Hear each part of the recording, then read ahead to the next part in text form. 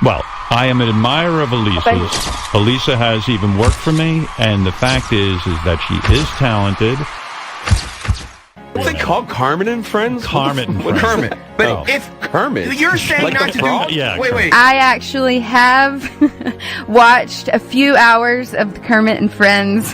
How many hours have you watched, Natalie? Oh, no. Probably indulged in 8 hours. Holy. My wife and I watched Benji's ex-girlfriends or whatever's going on. We watched this crazy podcast, and I have to say, this is one of the, probably in the top 5 things I think about right now. She has a podcast, but she gets to come on the radio. It is craziness upon craziness.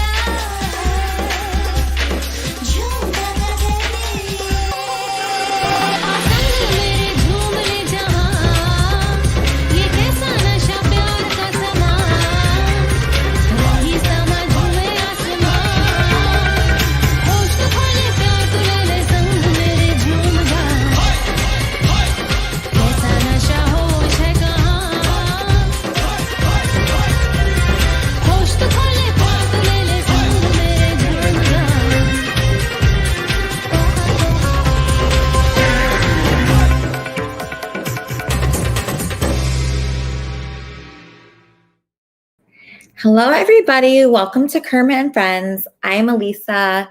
This is Fozzie, and Kermit's watching from heaven. I actually didn't write an opening. Usually I write like a poem or a song or, some kind of monologue, but I just didn't have it in me this week. We have a cool guest today, though. This guy named Seth. He is really cool. He's enthusiastic, which is what I really need right now. I need somebody that's enthusiastic and that wants to be on the show. So many people have quit recently. Lori, our wrap-up show host, tweeted a bunch of weird things about the show. So now I'm currently looking for new wrap-up hosts. No pressure, anyone. But hey, Sugar, welcome to Kermit and Friends. Hi. What happened to Lori? I didn't see that. She was so good. Yeah, she was good up until last week. She wasn't that good last week. So I don't know if you weren't there. Like usually you're there, right? But last week you weren't there. And I did turn on the wrap-up show and I noticed that she just wasn't like feeling it anymore. And I don't want people to feel pressured, but I also don't really want it to go like this. Just watch this. Okay. You said something about Ben to these idiots?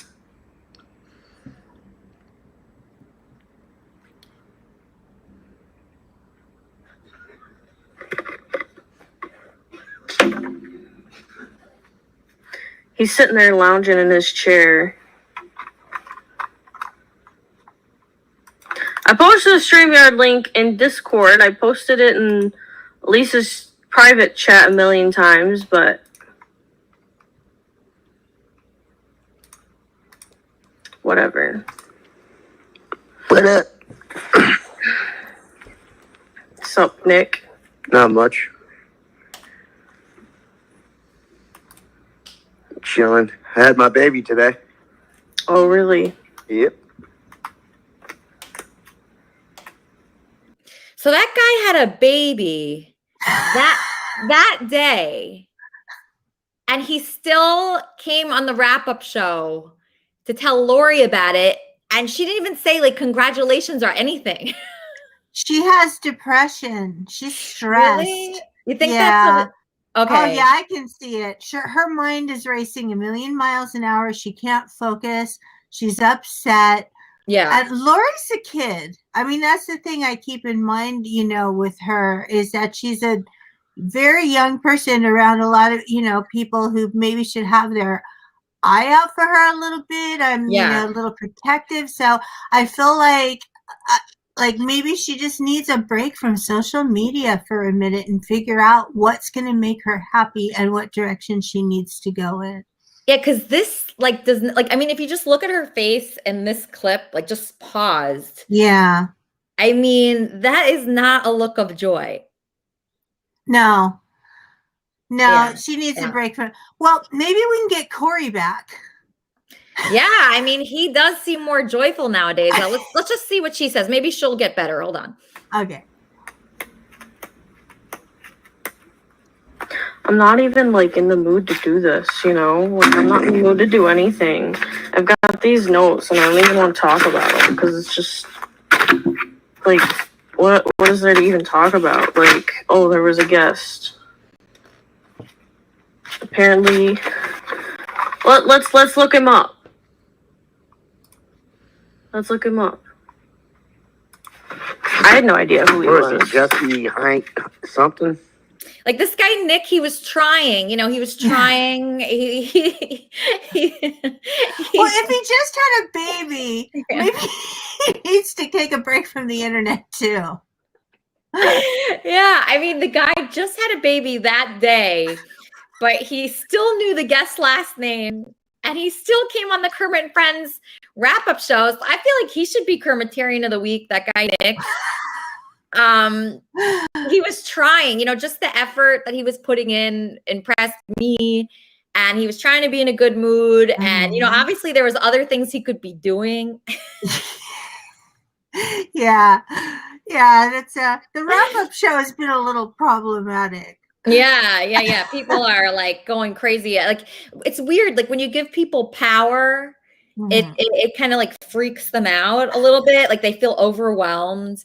And you would think that they would enjoy it because you make so many friends by hosting a wrap-up show. You make friends. It seems like it would be something fun to do. Maybe we can get Reverend Andy to do it. Well, Reverend Andy's not well right now. He actually moved in. So the other day in the morning, he said, okay, I'm ready to move in. So I was really excited. I had a good feeling about it. I felt happy. I was just really excited about it. I didn't have any bad feelings. And he came and he brought a box. He brought a box of his things. In fact, I have the box, the picture of the box. Let me see if I could put that here. Can you guys see that? So that's his stuff. A watermelon? Yeah. So this watermelon is all I got from my whole relationship with Andy. All I got out of it was this watermelon. So out of all the time I spent with him, the hours and hours and all the money I spent on his meals and his Ubers and his Lyfts, he did leave a watermelon for me. So that is, I guess, a positive thing. He also left this sausage, this plate of sausage. And I was freaking out last night, Sugar, because I was a little desperate and hungry, and I started to eat the sausage that Andy left. And then I started freaking out, what is in this sausage? And I actually, I usually don't call exes or guys that I dated or don't want to see anymore. But I called Andy because I was so worried that these, what was in the sausage, which was laced with something. And so I did call him, and he said, do not worry, it was just sausage. So I got a watermelon and I got sausage out of the relationship, so I didn't really come out on top too much. I mean, I feel like we both came out on bottom. We both did not do well. The least he could have left you was a laced, dosed sausage. If the sausage had something in it. Yeah, that's true. Well, I was worried. I don't really like things, although I have been considering doing this whole microdosing thing. Mm-hmm. I've heard that I've read a lot of articles about this recently, and it's a real hot topic that people are microdosing on mushrooms. Mm-hmm.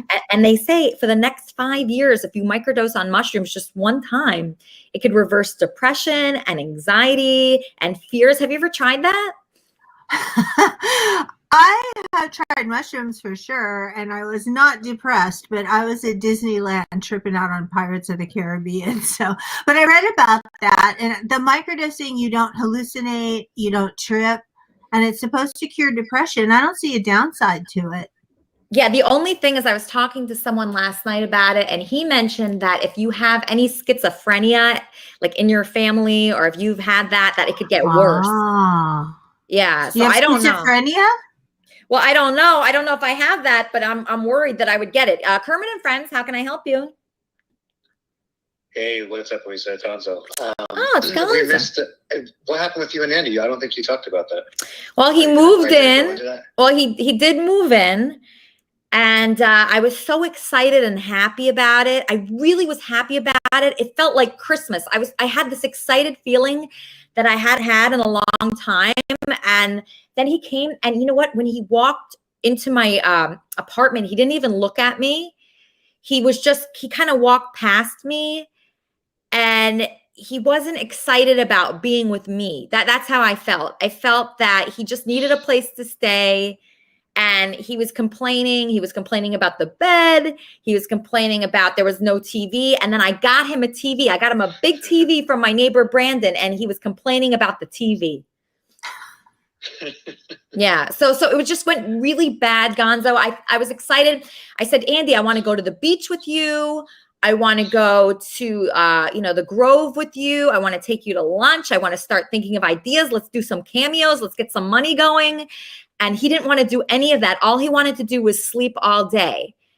And I got depressed, and it got really awkward. You know that feeling like before you break up with someone, it's like a dark, cold feeling. And all of a sudden it gets really awkward.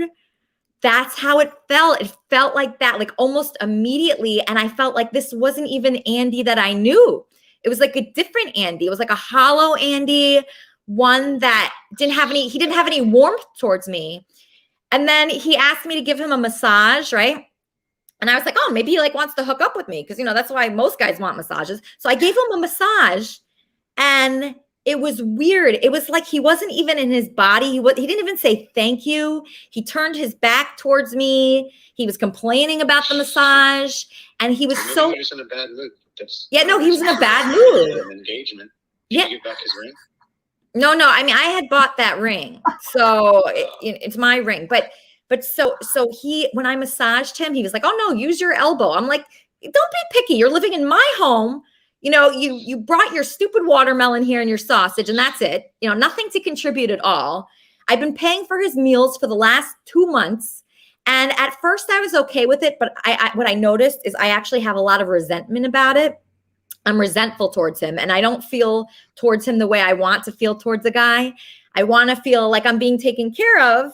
And I want to feel like, I'm getting something out of it, like something is in it for me, but I just feel like I was paying for everything. Now he's living with me. He's messing up my apartment. He's complaining about the massage. He complained about the TV that I got just for him. And I don't know, all of a sudden, all my feelings went cold. So that's what happened.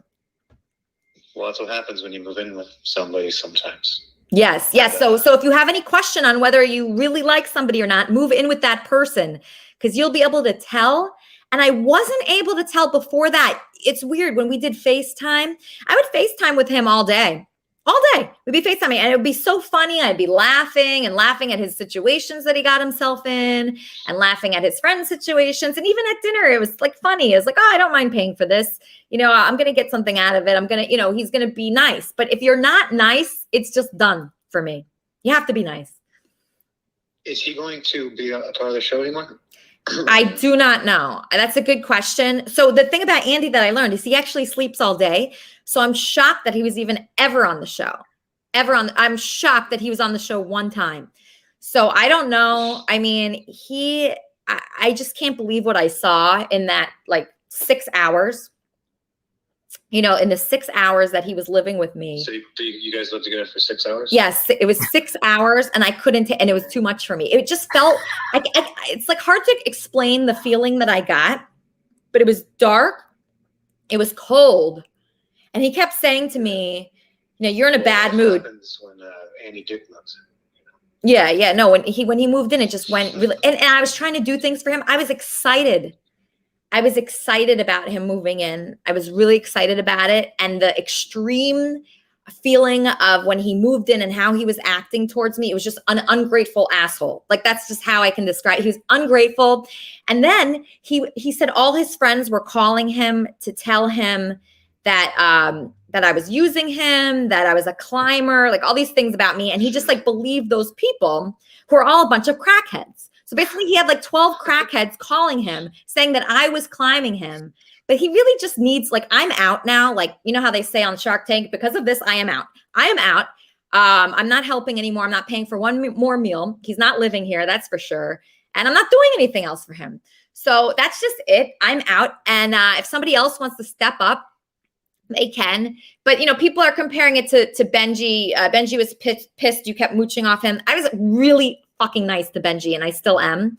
So that's the difference. If Andy mooched on me and he was nice to me, I would have kept doing it. But he was an asshole, and I'm not exaggerating at all. He was an asshole the whole time, ungrateful, a jerk. Callie called him, that roommate, and she said that I was stealing cars and just ridiculous bullshit. I heard that too. Yeah. So she said I was stealing cars. No, I'm just kidding. Yeah. So she was spreading that around. And Andy, you know, he just believed her over me. So once you start believing Callie over me, I'm completely 100% out, and I don't care. There's nothing he can do to get in my good graces right now. So that's what's going on, Gonzo. Okay. The loneliest. Sorry, I just wanted to hear what happened. I hope Andy comes back. I miss Andy. That was a interesting thing that happened to him last weekend. So yeah, no, I mean, he's definitely funny, but you know, I just can't. It's like a huge liability. I really like the building I live in, and I want to stay here, and I want to live a nice life. I want to be invited back places. Oh, are you afraid that if he lives in your building, you're going to get kicked out because he's going to? You know how afraid I was of him being here? This is really bad. So when I kicked him out, I wasn't really watching him pack. And I told him I was leaving, so he had to leave too. So when we left at the same time, I started freaking out because I realized Kermit's ashes are here, and that's my main valuable possession. And I was thinking, what the hell if he stole those ashes? That's how much I don't trust him. So that is a bad sign. When you don't trust. Be able to sell those ashes. I don't think well, I was worried he'd like smoke them or something. I mean, that's how much I don't trust this guy. That's how far, this is how bad it gets. I mean, I'm not even exaggerating. I was worried. I was freaking out. I ran up back into my apartment. I made sure the ashes were still there. And I just said, if I can't trust this guy with my deceased dog's ashes, I should not be marrying him. Gotcha. Okay. All right. Well, thank you for the update. You're welcome, Gonzo. Love you, Gonzo. Love you, Gonzo. Everyone loves you. Everyone loves Gonzo. Of course. Of course. Oh my God. Don't you love that Gonzo guy? I adore Gonzo. I think Gonzo is Kermitarian of the ages. He's great. The loneliest I ever was in my entire life when I was living with a guy. I was never so lonely. He was a horrible boyfriend. Was that Sean Penn, Sugar? No, I wish I lived with Sean. No, you said Sean Penn wasn't good. You said Sean Penn wasn't good. Yeah, but he was like successful, and that would have been like really good for me. It never got that far with Sean. Never got that far. That would have been nice. No, Sean was not nice. But I mean, that's to be expected. He's Sean Penn. You know, but why is Sean Penn is to be expected to not be nice? Why because he had already been in the press for his relationship with Madonna. I knew who I was talking to. I had my expectations low, and he met them. Yeah, these guys, I used to think, I don't know what is wrong with me that I thought I could change any person. I just thought, I said, you know, this guy is so funny. He's so adorable. And I am enjoying him on the phone and when we go to dinners. But every dinner we ever went to, he was running away from the dinner. And he never offered to pay. And he never offered there was like literally nothing in it for me at all. Like nothing. Just like helping him. And that did make me feel good. Mm-hmm. And it did help Kermit and Friends. So that is something. Mm-hmm. But you know, I want to feel like I could trust the person. No, I want to feel, I want to feel like I could trust the person. That's it. And like, if you don't have trust, and you don't feel loving feelings, that's where it can go really bad. That's how I felt. We have to stop putting expectations on Andy that he can't meet. Let's just let Andy be Andy. If you had left him alone in your house, do you know what you would have come home to? All those people and the destruction. That is constant with him. Yeah. I figured that, Sugar. I just, it's true. Nobody asked me to marry them before. No one did. And he did. And I thought, God, maybe there's more to this guy than what I see here. Maybe there's more to him. Maybe he's actually seeing something in me that, other people didn't see. I just thought, I don't know. I just was thinking he's funny. Like I love Andy. Yeah. I completely understand. I mean, I'm in love with Andy. I'm fascinated. I get thrilled. I get excited. Every time he talks, the sound of his voice, I like the way he looks. I like the way he walks. I completely understand. I love the way he walks. I love everything about Andy is, he's a big star for a reason. Everything about him is it just draws you to him. And he's so funny without even trying. And he has got this amazing personality. So I totally understand why you feel the way you do about Andy. But that feeling that I think that you were feeling when he was there was loneliness. That was extreme loneliness when you're with the wrong person and they're making you feel bad in your own safe home. Yes. And my home started to not feel safe. And I was looking at him. And when I was massaging him, it was almost like he wasn't in his body. Like he was, first of all, he looked like 130 years old. I'm not kidding. He is like almost like decrepit right now. He's not well. This guy is not well. He does not look his age. He looks ill, like very ill. And I tried to help, and I even got him this baby bottle because I didn't want him to do drugs, but I thought if I just put a little bit of alcohol in here, then that would be okay, right? So I put a little tequila in here, and I gave him the baby bottle. He was so mad at me, and there was just nothing I could do, and he looked sick, and I felt like it was just over my head, the whole thing. So I just don't think I'm up for the challenge. It seems like a big challenge. I don't think I can do it. I thought I could. Dr. Drew couldn't do it. Right. Yeah, Dr. Drew. How are we going to do it if Dr. Drew can't do it? The whole idea I thought with Andy is like, let's just let Andy be Andy. Somehow he is still walking around on this earth. What if we just accept him for what he is and help when we can? Yes. And also, I was concerned. I know Lucas didn't have the best behavior, but he looked like, I didn't realize, like, he's really young, you know, and I saw him and I was like, well, maybe we can, help Lucas. And that's sort of the whole mission of us doing this is to, we can't help acceptance. Well, that's the thing, is also to accept when you can't help somebody. I think, is part of the Kermitarianism is acceptance and being realistic, without judging. We're judging a little. We're gonna do what we can do. So let's just get to our first guest here. His name's Seth. Seth reached out to me. Seth, how did you find me? How's it going, guys? How's everyone there? It's good. Happy Mother's Day, by the way. Happy Mother's Day. Happy Mother's Day. It's fantastic. I actually ran into, I know Andy from way back when, and everything you guys were talking about is pretty accurate about him in terms of, his niceness, his way he carries himself, being funny and witty and the whole bit without even trying. Totally on point. And he does have some demons he fights with that, quite frankly, no one can help him, but I believe only a higher source, God, but how come God hasn't stepped in? It's kind of weird, because you think God would have stepped in. Well, I think that the timing isn't right. And it wasn't Juicy. What was her name? Sugar. Sorry, Sugar. Yeah, Sugar. I was calling it Juicy. I was thinking about my podcast, Juicy Divas. The time is not right. It's his time. We don't know his time. And if there's anything I've learned, it's God's perfect time, not a second later or sooner.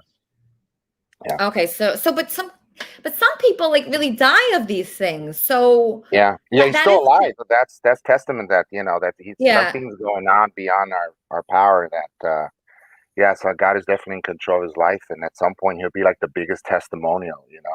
It'll help others, no doubt. Yeah, if he gets better, it'll help others. Yeah, Absolutely. hopefully. That's my absolute hope. So Seth, tell the audience, you're a new person here. Tell them a little bit about your story and your background. You have a podcast, and tell everybody about that. Sure, absolutely. I have a podcast. The name of the podcast is Juicy Divas Confessions of a Limo Driver. I was, yours truly was a limo driver for over 20 years, believe it or not. I started in diapers. That's what I tell people. Right? No, I'm kidding. Yeah, I started very young, and I worked my way up. I was working for a company named Diva Limo way back when, named after the late Elizabeth Taylor. And so worked for the company for many years, and worked, drove plenty of folks, interesting folks, I may add. And I had some run-ins with some very crazy, diabolical folks also. And that's the reason why I decided, you decided to have me on. I wanted to have you on, and maybe possibly Andy too. I have plenty of Andy stories, great stories at that. He was nothing but grace, super nice and gracious every single time we hung out and partied. Of course, we were smoking lots of weed, right? Back in the day. And I met him on the set of, so this goes, at least 15 to 16 years easily, on the set of Less Than Perfect. Yeah, on the lot, I met him. And so we hung out for a long time, and I want to have you guys on the podcast, and then you had me on, and something you liked of what maybe you heard some of my podcast, and that's why I'm here. I do have some crazy stories I wanted to share with you guys. Okay, so what's the craziest thing that's ever happened while you were driving, your limousine? Well, I'll share a couple, and then at another point I'll share some more. So the craziest, like the crown jewel of like crazy, would be Kamala Harris, hands down. I drove her in my own personal vehicle. Get this. So a while back, I was on Facebook many, many years ago. She was also on Facebook, and I believe she was the DA for San Francisco, and she was running for forget the office here in California. At which point they were looking for a driver, and so yours truly, I applied for the gig, and I got the job. No background check or anything, which I thought was really bizarre, like a total red flag. But anywho, and she was nothing but sweet, by the way. And so she gets in the car, and everything's great. And I took her to a couple of dinners, and then at some point, Converse and Pearls, I'm reading as I'm going. Hey Shay, and so she got to there's this restaurant in Beverly Hills. Forget the name; it escapes me at the moment. But then I drove her to Bobby Shriver, and after Bobby Shriver's office in Santa Monica, I was playing Cypress Hill, a popular pop band from the 80s and 90s. I'm definitely dating myself. And I was playing this, and she gets into the car, and she goes, "Oh my God, holy shit, it's fucking Cypress Hill!" And she's laughing, and that very characteristic laugh of hers, that only she has. And I thought it was rather funny. And I go, "Oh, that's cool. Yeah, but we can't do this without actually smoking a joint, right?" And she laughed, and she goes, "What, you have some?" And she took a couple of hits, and it was great. And I dropped her off at some place up in Coldwater Canyon, if I remember correctly. And that was by far one of the coolest stories, and crazy, and it's come out. It's no secret that she's inhaled, right? In the past, and then I had another one with Michael Vick, who's a total douchebag. Let me add, what happened? Oh yeah, I drove him for about 12 hours. I took him, every which place you can imagine, and he had me like driving around like his whore. And then at some point he goes, "Dude, we're gonna make a pit stop here on Western," and he picked up a street worker. And then he went on to the next, like a couple blocks down, not even 2 blocks, he rolled down the window and some dude slipped in looked like a box of pizza, but it was cocaine from what I can gather. And then as soon as I dropped him off, he wanted me to foot the bill when I told him, okay, so it's going to be this much. And one of his crazy idiosyncrasies, I guess, if you will, was that he doesn't shake hands. He's like, germaphobe. And he looked at me like, I was a disease or something. And wow. Yeah, total dick. And so that happened. And then he didn't want to pay. So get this, guys. I said, okay, so you're not paying the bill. And he goes, you foot the bill. So after this belligerent behavior, and I was zero tolerance with this guy. I was about to get into a fight with him. I said, you know what? You're going to have to, what do you mean I'm going to pay? Dude, I've been taking your shit for 12 hours. And so I called the company. He was like, just take it home. Don't, just don't get involved. And then the following day, it was like a Monday or Tuesday, Kiva gets on the horn with me and they're like, hey, dude, so do you have any scoop on him? I guess they kind of sort of knew that he was, was having a good time out there. And then I go, yeah, as a matter of fact, I do. And when all the information was all said and done, he he said no. He kind of just changed his whole tune of oh, he was an excellent driver. After he said he threw me under the bus and said the worst driver he'd ever had. And then and so he said, why don't you tack on an extra $50 tip? The guy was great. Let's forget about it, because I mentioned that I had TMZ on a first name basis and a couple dudes there. So would you call TMZ on these people? No, I personally wouldn't. But that's not my style. I mean, I know so many celebs myself. Wow. Okay. Hold on 1 second. We're just getting a caller. Kermit and Friends. Hey, yo, it's Mike Vick, man. This motherfucker's full of shit.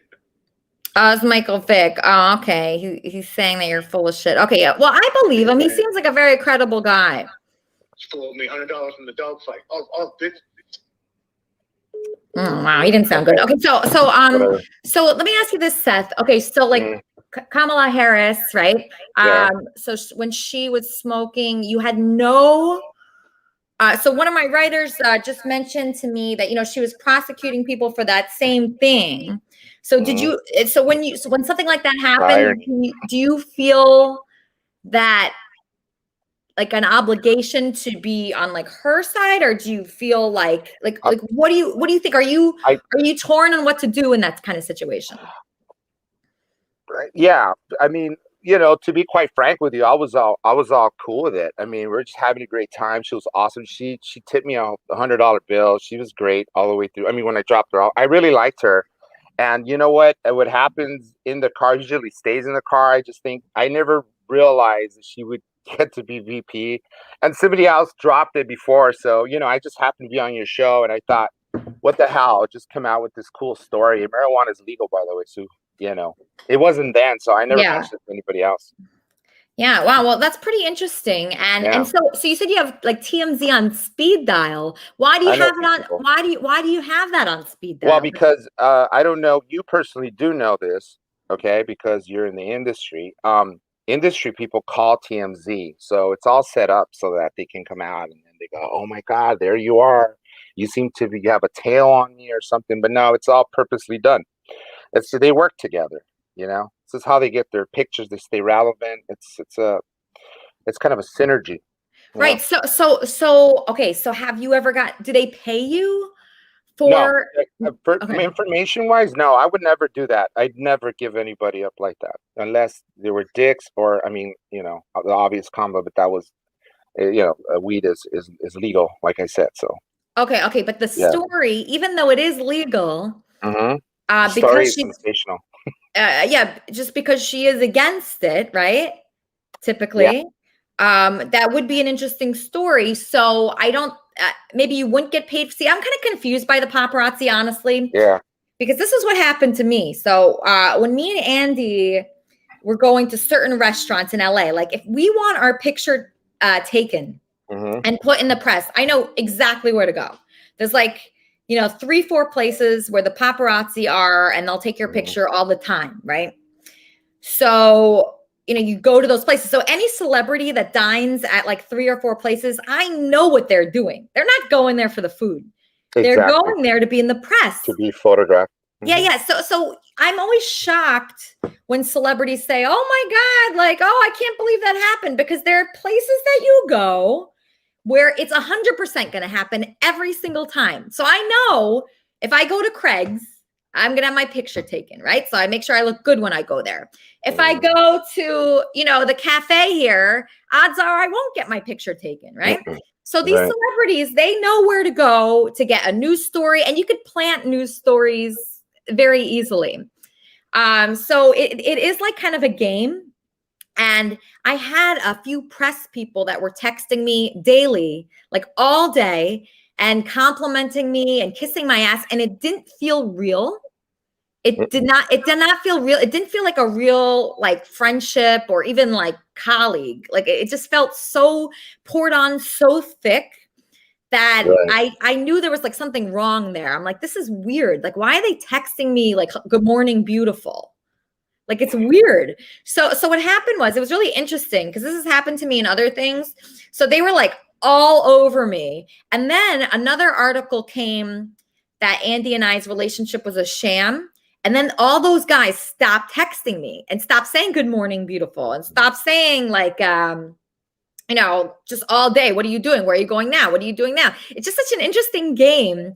And it is a game. And people should know that. They shouldn't think that anything they read is other than this. These are planned stories. These are planned, like even the story against me and Andy from his roommate, Callie. I mean, that was so calculated. I mean, they didn't have 9 pictures of her laying around. I mean, she had to send those pictures. So you should not believe anything you read at all. I'm getting just more questions for you. What year did the weed thing happen?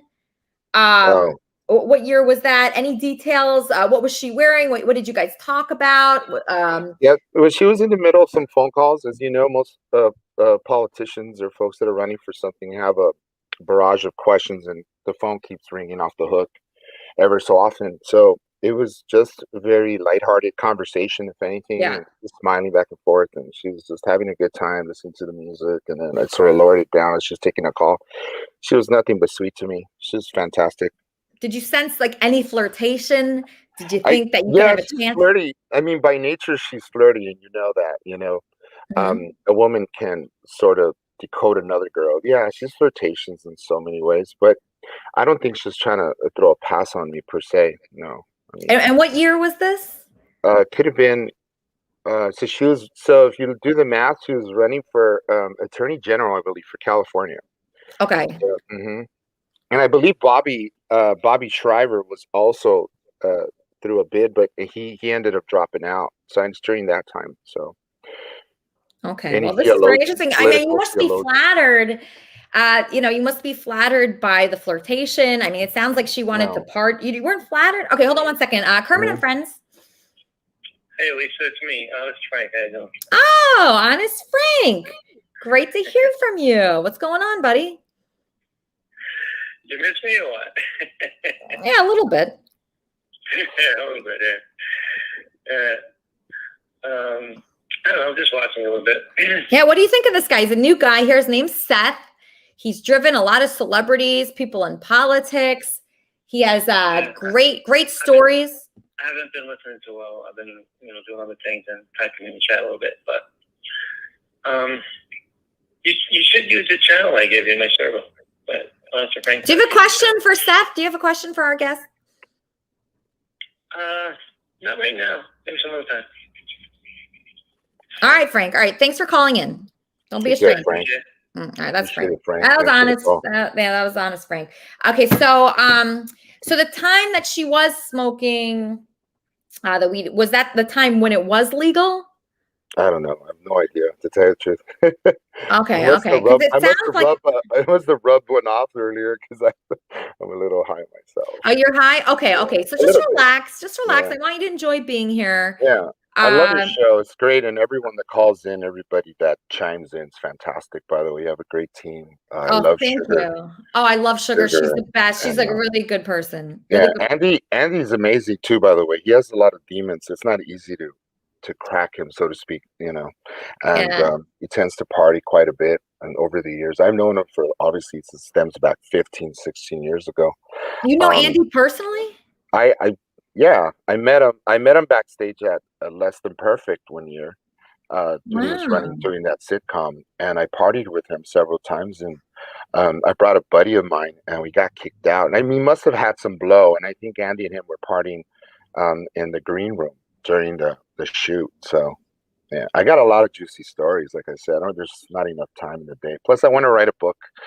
It's the next thing, just to write a book, So, if you know any takers, let me know.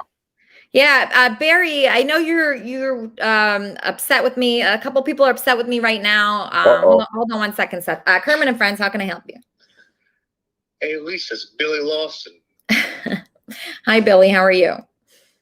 Hey, I'm pissed. I'm trying to find this guy, Honest Frank, today. I heard he just called in. If you talk to him again, tell him I'm trying to find him. Okay, Billy. All right, sounds good. I'll tell him. Looking for him better part of a decade. He talked shit about my mom on Facebook on her pictures. Oh, no. No, I didn't. Yeah. What are your thoughts on Lori's wrap-up show? Are you happy with Lori's wrap-up show, or how do you feel about it? Hey, she looks a little down, Yeah. I wouldn't rattle her cage, Oh, okay, Billy. But if you see Frankie, you tell him I'm looking for him. All right, I'll tell him. All right. Here's this other guy. Okay, Kermit and Friends, how can I help you? Hey, Lisa, it's Barry. Hey, Barry, how's it going? Hey, how are you? Currently very sweaty. What's going on with you, buddy? Hey, I'm good. Quick question. So you were afraid Andy Dick was gonna do something with your dog's ashes, right? I was just afraid to leave him in my apartment alone with that was my main valuable possession. And then on top of that, I mean, that was first and foremost. And then I started worrying about my computer and other things. So I just felt just based on not trusting him like that, it was just, and the way he acted, it was just, we're just not a match. It's okay. You don't have to be a match with everyone. That's. Yeah, of course. Listen,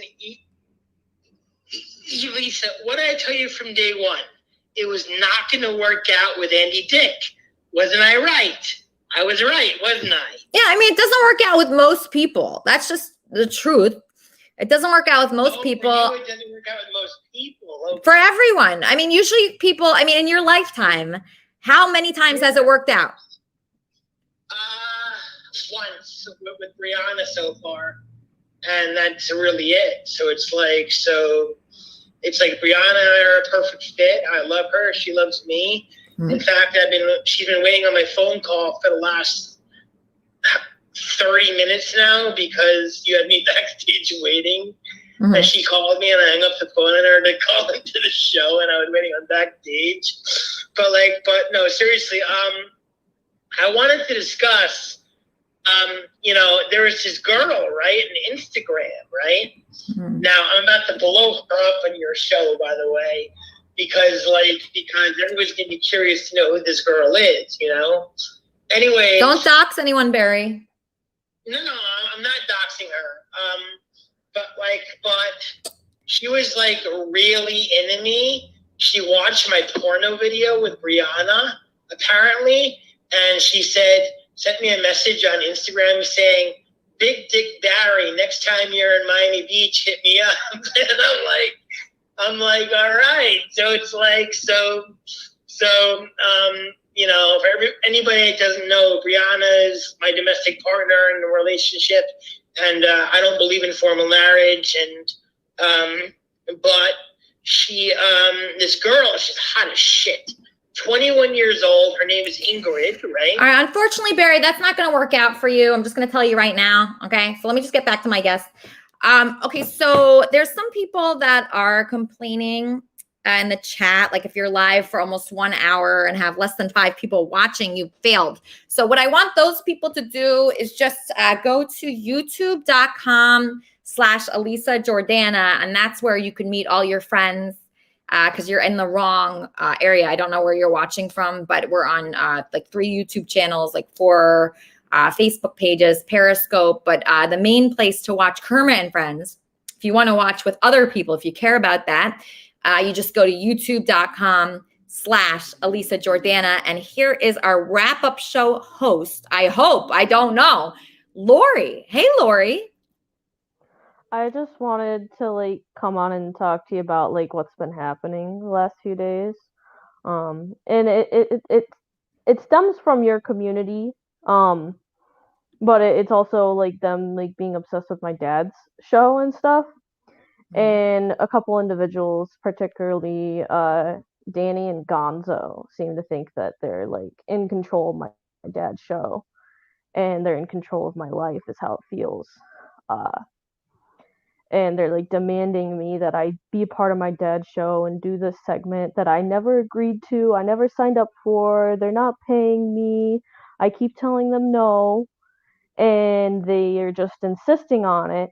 Well, last night I lost my shit. I blew up, and I behaved very irrationally. I shouldn't have been screaming like that. I wanted to rip my hair out. I wanted to shave my head. I was screaming. My dad almost went deaf. His ears are probably still ringing from me screaming in his ear. And I cried myself to sleep last night over it, because I just don't want to be treated like that. And then Chad is sitting there laughing, and he's like, "Oh, it's just a joke. You're just crazy, Lori. It was just a joke." And I'm like, okay, if it's just a joke, you should have stopped the minute you saw it was going too far, instead of keep pushing it. That's why I blocked Danny and I blocked Gonzo, and they're pissed off about it.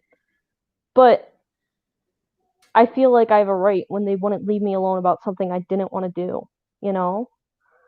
So, as far as I know, Gonzo is in charge of your dad's show, and he made a little schedule, and I thought it was a good schedule. Did you see it?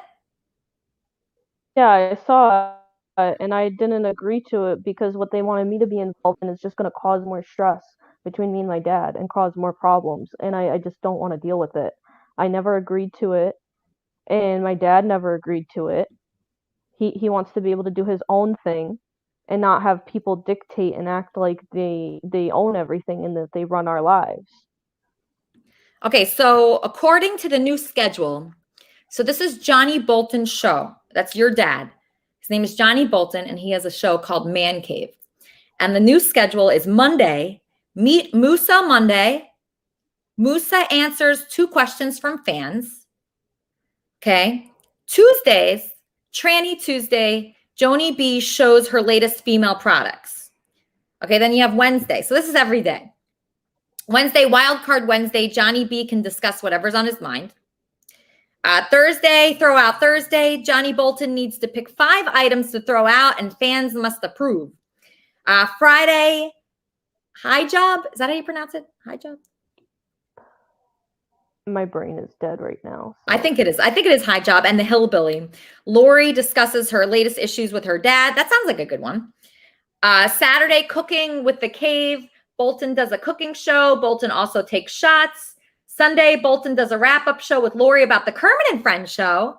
And also there's karaoke singing. The new schedule is being put out by Gonzo and Danny from LA. You don't like that schedule? Or one, Musa works on Mondays, and I don't want them to exploit and take advantage of him.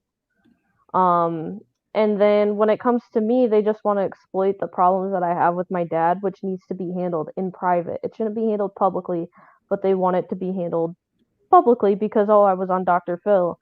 And it's some of that stuff, it doesn't need to be broadcasted publicly. Yeah, I broadcasted some of it on Dr. Phil, but I don't want it to cause more stress because Dr. Phil in itself caused enough stress, you know?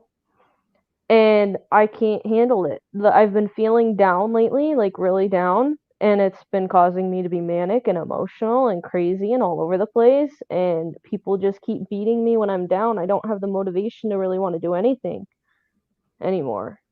I deleted all my streams for the rest of Ramadan, and I don't even know if I want to do the book streams after Ramadan because I just feel like everybody's just beating me when I'm down, you know? My self-esteem has been really low, and it's hard. And I wish people would understand when I say no, no means no. And if it's just a joke, drop it when you see it's going too far. because it's going to lead somebody to go crazy. And Chad needs to stop gaslighting and acting like, oh, it's just a joke, it's just a troll, it's not that serious. But in my mind, in that moment, it's freaking serious. People are literally trying to take advantage of me for my mental illness. That's how I feel. It's how I feel. And there's nothing that's really going to change that. I feel like they just want to trigger me to see me blow up like I did when I was 18, which Leaf King still has that video public. Sure, sometimes it's funny to look back on the way that I was acting fucking crazy, but I was being trolled nonstop to the point I hit my breaking point and I lost my shit. And that shouldn't be acceptable. That shouldn't be allowed, because I've hit that point recently the last couple of years and it put me in the mental hospital, and I don't want to deal with that. People need to take responsibility for their own actions in this too, instead of just gaslighting and saying, oh, Laura, you're just crazy, it was just a joke, it wasn't that serious. Like, stop. If it's just a joke and you see it's going too far, stop. Don't push it any farther. It's toxic. So did your life start going downhill since Dr. Phil? It's had its ups and downs. The last week it's been really horrible. But do you think that was the catalyst that set off these emotions? Did that make people want to be in your life more?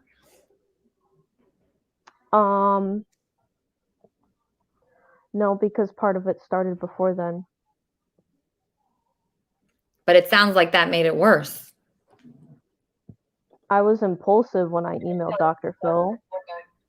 Okay, hold on. That they need to email me back. Okay, John Bolton, Lori's dad's calling in. John, terrible audio. You're echoing. Can you turn down the echo, buddy? I can fix that. I just turned down I just muted you on that end. I'm not doing that schedule that way. I'm still going to do my shows like I always have. I make my choices when I'm bringing Joni in, and I told him right off the bat that Musa wouldn't be interested in that. Lori definitely doesn't want to do key job in the hillbilly. And that's, no. You know, that schedule is totally ridiculous for their thoughts of how to change my show and make it what they want. Well, I'm still going to run it the way I want to run it. You know, that's all there is to it. But why do you think that people want to be so involved in your lives now? Why do you think that is? Did you put yourself out there too much when you went in front of millions of people? I mean, we're public figures because of the Dr. Phil show and all of that, but still, we still have a private life too. Yeah. But in being on Dr. Phil, I feel like you're giving up your private life. Like now, everybody knows everything. Our bodily anatomy. And some of the stuff that they know, they wouldn't have known if Lori had told them in the past, but that's regardless of what happened with the Dr. Phil show. I'm still going to do my stuff the way I want to do it. I've told them they're not going to dictate it, and that's all there is to it.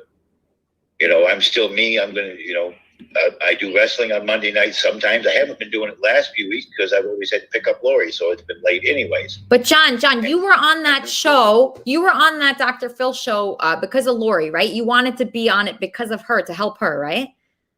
She's the one that called. I wouldn't have even known about it had I not answered the phone when they were trying to call her. And the guy said, oh, so-and-so from the Dr. Phil show. Oh, really? Okay. And are you happy with, you know, how it went and how your life has been afterwards? Well, the only thing that has been totally accomplished is they gave me a dumpster out here, and I've been throwing stuff in it. I'm getting people saying that thing should be heaping full every time. Well, as I'm going through stuff, I get what I can get in there. I try to get something in there so that can be dumped every Thursday, and we are thinning down. And now when Lori gets off work for the season where she's at, we're going to start working on that room up there where she's at. And working, and I've already worked on one room, a little bit of spots in the rooms upstairs already. So it's a progress. I'm trying to figure out though exactly what is so overwhelming that she's like disintegrating over here, like she's kind of falling apart. Because they're trying to dictate what I do with my show and telling her she has to be part of my show because of the Dr. Phil. She has to do what they want her to do. She has no choice. I feel like they think that they have a right to say what I do and plan in my life, and that they have control. That's how I feel. And, you know, I'm not like, we can't dictate you to how to run your show. Yeah, when anybody does that, I just ignore that person. So why can't you guys do that? My dad won't block them. He won't ignore them. He makes it this big whole thing, and they force I had to unmute to try to hear what Lori was saying a themselves little bit. into But it. Wait, John, can you just come on camera? Because it's very confusing. I'm trying to get in the studio and I can't. Oh, okay. Just try again. One So second. that's why I figured I'd call you. Oh, okay. Let me get rid. Hold on 1 second. Everybody, just let John come in. Okay, come in now, John. I love you, kid. Love you. Okay, so that's So like I thought Dr. Phil like followed up with people to help them more. Is that We haven't been reached out with yet. I used all my therapy sessions and we haven't heard anything from them, so I don't know.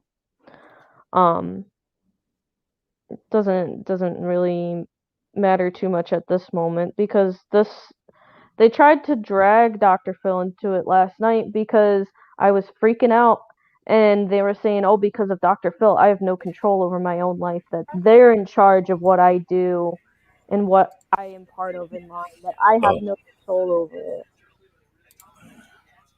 But And Dr.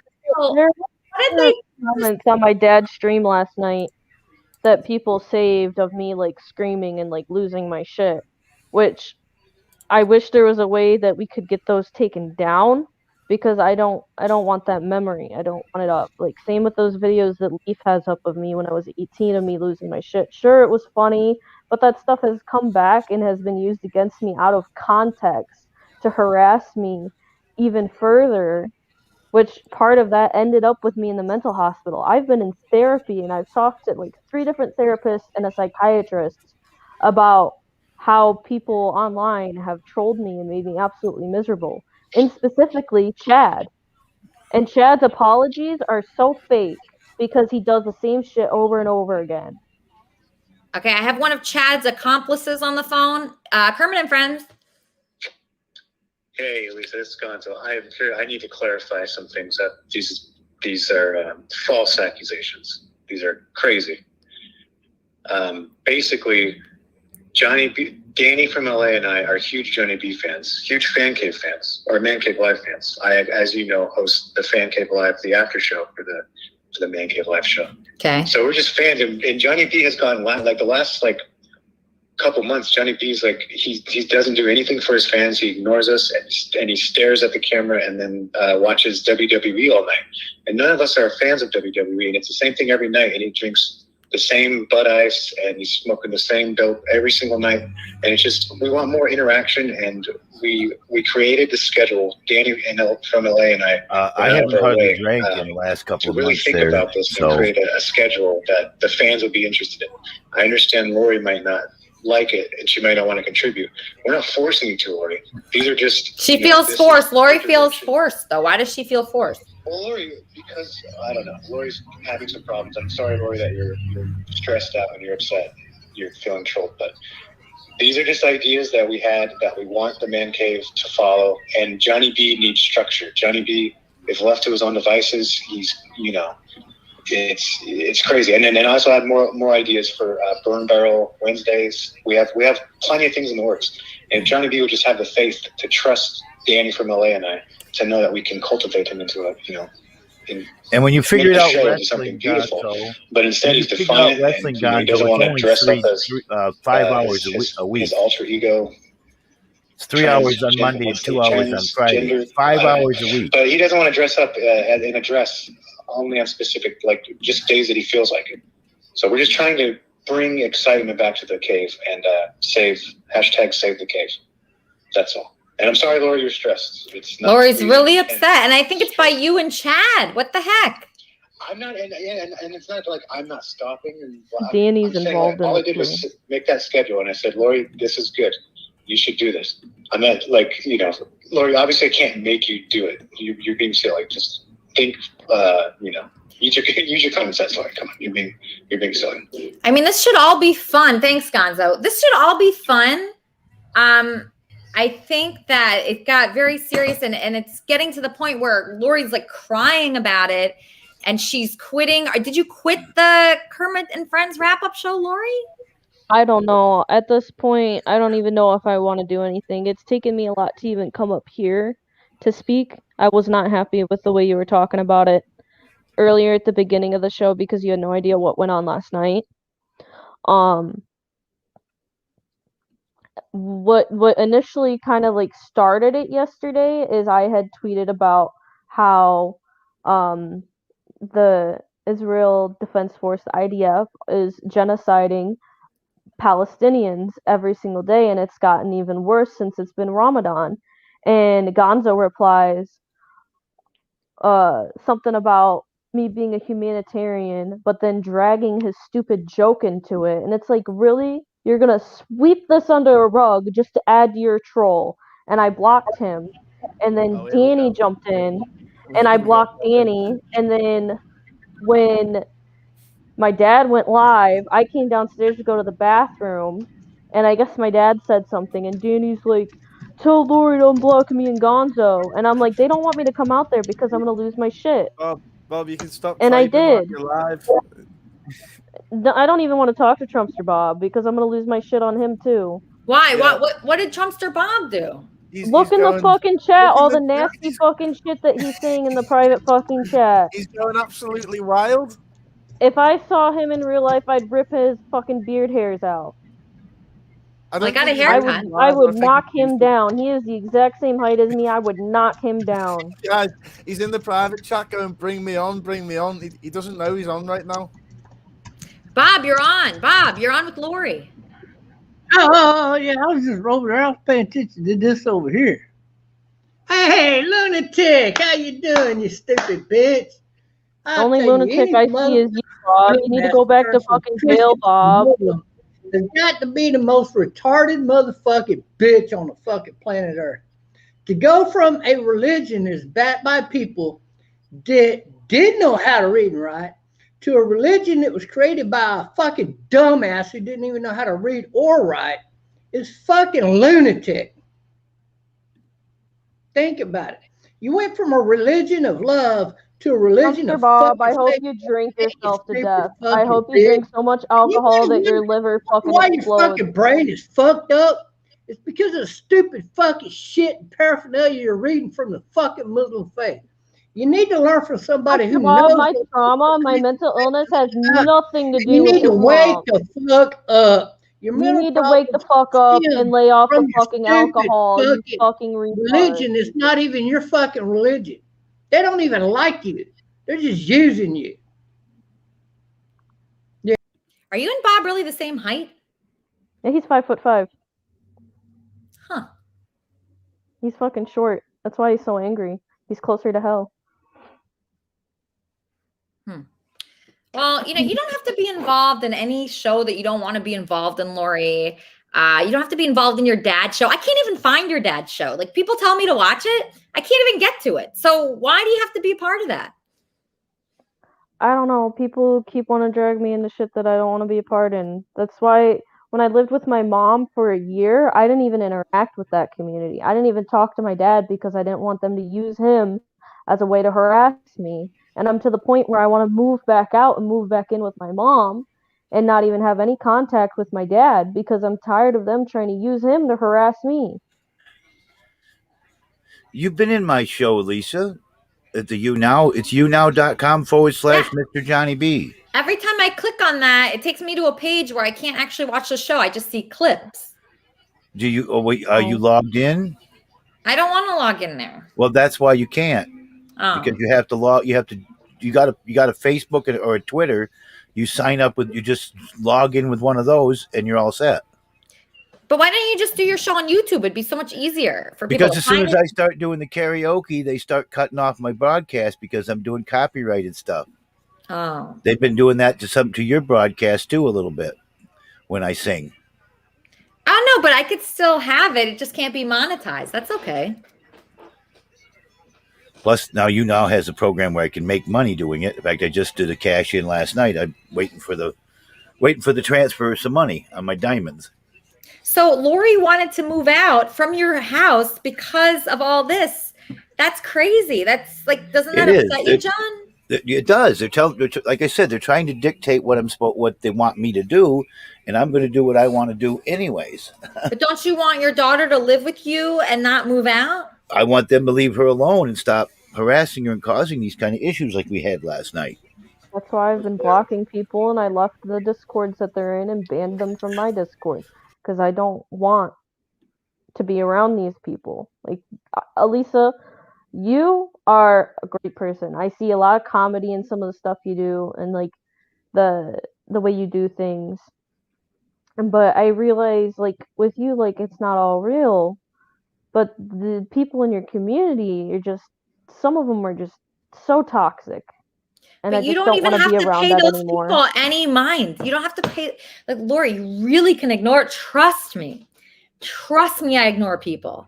But if I paid it, if I answered the phone, I have most people blocked. I have Right. most people blocked. Like, you, hold on one second. Let me just take this call. I'm going to explain to you how to block people. Hold on. Kermit and Friends. Hey, Lisa, it's Gonzo. And I'm actually, that's interesting that you brought up the point about Johnny B being on You Now. A lot of the fans of the fan cave has dwindled because the You Now is just, it's hard to get to. You brought up a really great point. So we're in talks right now, and we're proud to announce on Monday, the 1st of June, is going to be the Man Cave Live exclusively on YouTube. See, there you go. Now people can find it because I've actually tried to watch that show. You cannot get to it. It's impossible to watch. I can't believe anybody gets to it. Good. Johnny B's just learning this now. So yeah, because he could do. Yeah. Monday the 1st. Monday the 1st. Okay, that's a good time. All right. Exclusively YouTube. Exclusively on YouTube. Good. So what I'm going to tell Johnny B and other people that want to start shows. So you can do your karaoke on there. You just can't monetize that particular show, but that's okay. You can monetize other videos. So don't worry about the money so much. Like, doesn't matter. And also people can donate to you. Like, if you want to donate to me, you could do it like through Venmo or Cash App. I'm Muppet Lover on there. And, you could do it that way. And just don't worry about the monetization so much. Just try to put out a good product. And I think that's what they're trying to help Johnny B do, is put out a good product and worry about the money way down the line. Because if you just have a good product, you will get the money. So don't worry about that. So yeah, Lori. Okay, so you just ignore people, right? So that's what you got to do. So this guy, like Biohazard Sperm, right? So most of the time he writes stuff that I don't like, right? So I just completely ignore that guy. I just completely ignore him. Like, Barry calls me all the time. I just ignore him. I don't answer. There's many people that call me that I just do not. Like, I only pick up on like very normal people. Oh, Barry.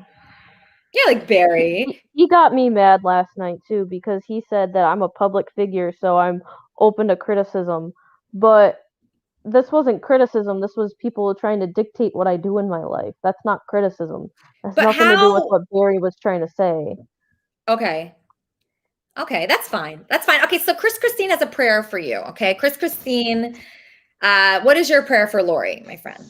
Oh, I already said a prayer for her. Okay. In private. I don't know. You just put me on the spot. Oh, okay. Can we I don't know. I'll just say a prayer for everybody, I guess. Okay. Our Father, we come to you to find patience, humility, and the proper language to speak to all of God's children. In Jesus' name we pray, amen. Would you like me to open the Bible and see what comes out, or would you like me to read a Mother's Day prayer that was written by Pastor Rick's wife? Or yeah, Mother's Day prayer would be nice. Okay. This is from Kay Warren, who is Pastor Rick from Saddleback Church, his wife. Mm-hmm. A prayer for mothers. Father, what a beautiful day to remember and celebrate mothers. We are in awe when we stop and think about the power women have to imprint the lives of the children placed in their care. What a privilege. What a responsibility. God, thank you for the mothers you gave us. We're thankful for the ways they shaped us in healthy, positive ways, and we forgive them for their mistakes. We choose to focus on the fact that you used them to create us and give us life. Thank you for the embracing arms of the women who weren't our mothers, but who loved us like we were their own. But near to those longing to be a mom, those grieving the loss of a child, and those missing estranged children, we trust them and their future to you. God, for those who are in the midst of mothering right now, give them courage to make hard decisions. Give them tough skin so that they can resist the pressures of our culture to compromise godly values. Give them physical energy and stamina to outlast even the busiest teenager. Give them wisdom beyond their own ability to know when to listen and when to speak. Give them faith to steer their children to a personal and vibrant faith in Jesus. Please give all mothers joy in shaping the lives of their children, hope in their dark days, and above all, love that is willing to sacrifice. We love you, Father. Amen. Amen. That's almost like should go out to all people trying to bring God's children to his truth as well, in my humble opinion. That's really nice, Chris. See, Lori, we have nice people here too. It's not just people that are going to troll you, and it's not just people that are going to make you upset. We have people like, I'm sure if you reached out to Christine on Twitter. Here's my thing. Lori. I don't want to be stuck in a community just for the nice people if the bad people are also there. If I want to interact with the good people, I'll talk to them privately. I just won't associate with the main community. I don't want to be in the Discord because the bad people are also there. If those people, the good people, want to talk to me, I'm open. My Twitter DMs are open. You can DM me on Twitter. You can, if you have me on Discord, you can DM me on Discord. I'll talk to Leah. I'll talk to Dolly. I'll talk to Ava. I'll talk to anybody who's good and supportive and isn't there to tear me down and make me feel miserable. But I don't want to be a part of the main community. But do you think the main community, who do you think the main community is? It's a lot of people, but I don't want to be there if the people that I don't like are there. That's just how I feel. Okay. All right. I think that you're wrong on who the main community is, because if you think the main community are those people that are trolling you, that's just not who the main community is. You're focusing on the wrong people. So I focus on the people. I don't hardly focus on anyone except for, the main people that I deal with. So like, Sugar and Charmin and Dr. Roy I talk to on the phone, people that are nice and that I feel good talking to. I don't talk to any, if somebody says something to me that's upsetting, I just don't talk to that person because I just, I'm trying to have a good life too. That's why I kicked Andy out. You think that was easy for me to do, Lori? Right. Kicking it? I know how that is when people are just using you, taking advantage of you, and just break you down all the time. I know how that is. And it's hard because sometimes you have fond memories of this person or you want to feel a certain way about this person, but they just themselves destroy that image in your head and you can't reconcile that. You have to cut off the tumor. You have to get rid of the cancer. Yeah. Yeah, no, I agree with you. I completely ignore, like for my whole week up until Kermit and Friends, if someone is upsetting me, I just completely ignore that person. And even if people tag you in Discord and say something to you, you don't have to respond to them at all. You have no obligation to do that.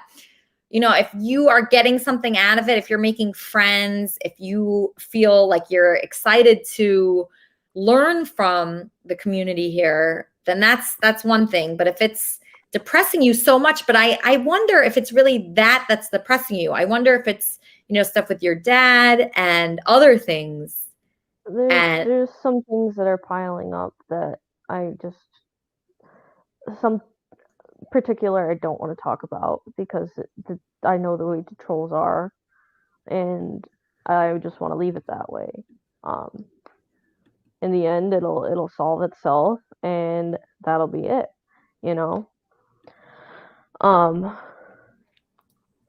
It doesn't help that I've been hormonal lately. Don't want to get into that, but You're not pregnant, are you?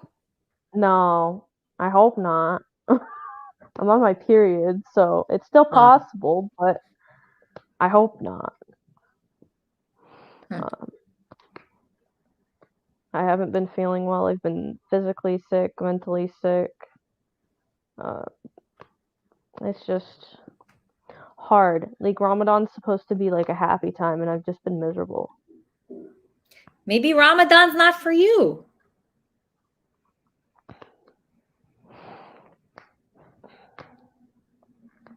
I think it's the lack of sugar in my brain, lack of things that are making me happy.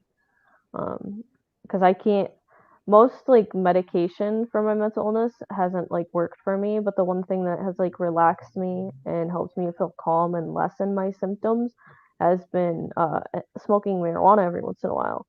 But I can't even do that during Ramadan because that one joint will invalidate my fast for 40 days. So it that's been stressing me out because like I've been struggling sleeping because of Ramadan because I get home at like 9 o'clock. I do my live stream. I go to bed at 2 a.m. I have to be up at 4 so that I can eat before I start fasting again. And it's like my sleep schedule's all messed up. Everything's just all broken. And this asshole. He literally looks like the devil. Bob, you don't like Lori? What's your problem, Bob? He doesn't even know what's going on. I have something that's going to make you feel better. Okay, this is a special Mother's Day video made by Gaia Paya. Okay, so we know that Gaia Paya does great work. This is for Mother's Day, and it's starring Eric. So please enjoy. Oh, boy. Think about you know, here. And me here. Oh my God. And us being kind of efficient creatures. Long distance. And to be able to look in those eyes, girl, and put it in you. And see you smile, you know. And know that everything is going to be all right.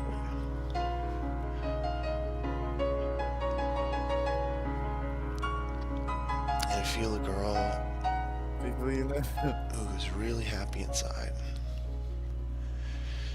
You know, like someone who's made the right decision for a very good reason, like a damn good reason. Because it used to really hurt inside. You know, I would imagine that, you know, being pimped out to people that believe these things that are cockamamie, that are, you know, and then one day meeting someone like me who says, you know, it's not just that I want you to be happy, I want you to behave yourself, you know. But to feel your legs, you know, the tips of your toes right here.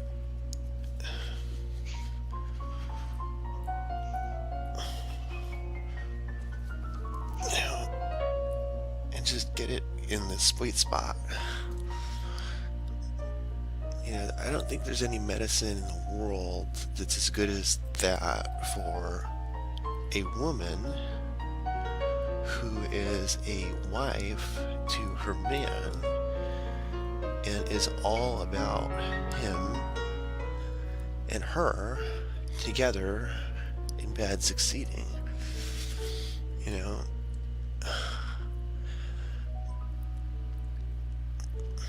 so it's being able to take a model of success, God willing, and realize that there is such a thing as a better half.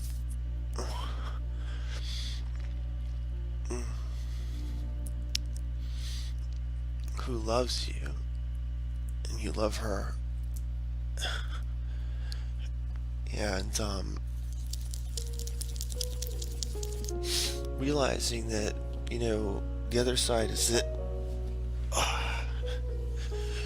you know, I could look at you and say, Elisa Schwartz, you know, I need you on your side so that, you know, you can really take this in. Like, sweetheart, really take this in. And no amount of medicine in the world can, for instance, undo the effect of having a child, or no amount of medicine in the world can undo the effect of, for instance, having a miscarriage when you have a child. You know, no amount of money in the world or drugs in the world, I think, can outdo the effect of two people that love each other having really good sex, you know, like. All right, so that was a special Mother's Day video. Hey, Dave. Hello, how you doing? Great, great. I'm so happy to see you. You know, obviously a lot's going on. I was really kind of disappointed last week on like Lori's wrap-up show. I usually enjoy it so much because they go over, you know, exactly what goes on here. And I like that. And it makes me feel like, oh, they can learn from the lessons here because, you know, everybody can take something from this. And it doesn't necessarily have to be exactly what goes on here. But I think everybody can relate to Lori. I think she lost some motivation because she's depressed. And man, I have felt that before. And would you say to push through or would you say to step back? What do you think she should do? Well, I don't know. It's real difficult because it's funny, actually, because do you remember a few months ago after I did my first appearance on air, then you did an interview on my podcast? Well, that's going to be coming out in a couple of weeks. And it's been interesting. And it's been interesting hearing you talk because at the time I was asking you about how you run Kermit and Friends, and this was back in January. And so I didn't realize how like much work goes into trying to keep Kermit and Friends afloat and trying to keep everyone's personalities on like an even keel so you can get through the week. And I was wondering, has it got any easier now or is it still really, really difficult? Nah, it's actually gotten a lot worse, right? So when I first started, I had like no expectations at all. I just wanted to do something. And I wasn't thinking of anything. Like I had no thoughts. I was just like, oh, I want to make a spiritual show. I was going to that church and I felt judged by them. And I said, what if I did a show where I didn't judge anybody? I just invited anybody on that wanted to come on, regardless of anything. Like I wasn't thinking, you know, they didn't have to be any kind of person or any kind of view. They didn't have to have the same kind of view as me. I just said, what if I opened it up for everybody and I didn't count anybody out and that's it. And that's all I was thinking, nothing more. And so I just logged on. I was actually Zoom at first and it was fun and I enjoyed it. My neighbor Brandon was, you know, loving it and he was involved and Sugar was always there for me. And so it was really like started from a very loving place. But, you know, as it went on, it's really weird what happened as it went on. So like my friend William Quigley was involved and he got all mad at me. He was like mad every week and I had to deal with his stupid personality every week. Like even today he was logged on and then he logged off because he has like such a big ego. You know, he couldn't take it that he can't get on right away. So, you know, just dealing like with the ego side is so annoying, Dave. Like that's the worst part is when people, they just have like such a tremendous ego that they just can't take, you know, not being on right away or anything like that. So that's a lot. And then, you know, people will be like, oh, this is a good guest. Oh, that's a good guest. And then I'd be like, all right, book that guest then. Like, you know, just saying somebody's a good guest. Yeah, Madonna would be a great guest. Or, you know, this person, that's like, people just say names and then they don't do anything. So it's like, I just try to keep my mental health like as good as it can be. Like that's what I do, right? So I try to keep my mental health as good as it can be and try to be clear and try to have intention. So I watch a lot of other things on YouTube and, you know, just around. And I just know that there's something here as far as the inclusiveness of it and, you know, trying to have an intention of bringing people together and making kind of like a show about a show. But the problem with that is it does not end when the show ends, right? So it keeps going and going and going and people are mad and people are upset and people quit. And like, you know, Corey quit, Lori seems like she's quitting. So it's really a good lesson in life to not be affected by anything, which is really, really difficult. Well, one thing that you were talking about in the interview I did with you, and it's been coming up today a lot, that really one of the main problems seems to be that everyone thinks that they are the only person that you are dealing with. Yeah, but I'm trying to deal with like nobody, because for me to be at the level where I need to be to make this pretty good, I can't be like weighed down by anything. So it was a really big asset to have Andy part of the show. And it was like short-lived, the positive reaction from it, because it was really weighing me down, right? So like I loved having him on here, and he was really great and funny and wonderful, and he's a very welcome guest here. But like dealing with him on a daily basis is like going to kill me in a way where I'm not going to be good. I'm not going to be a good host, right? So when I'm focusing too much on him, it's really tough to like give my attention to other people. So I'm just trying to figure out like a good balance. And I think having one guest a week, one new person a week that we learn about and talk to and include in the community is really good.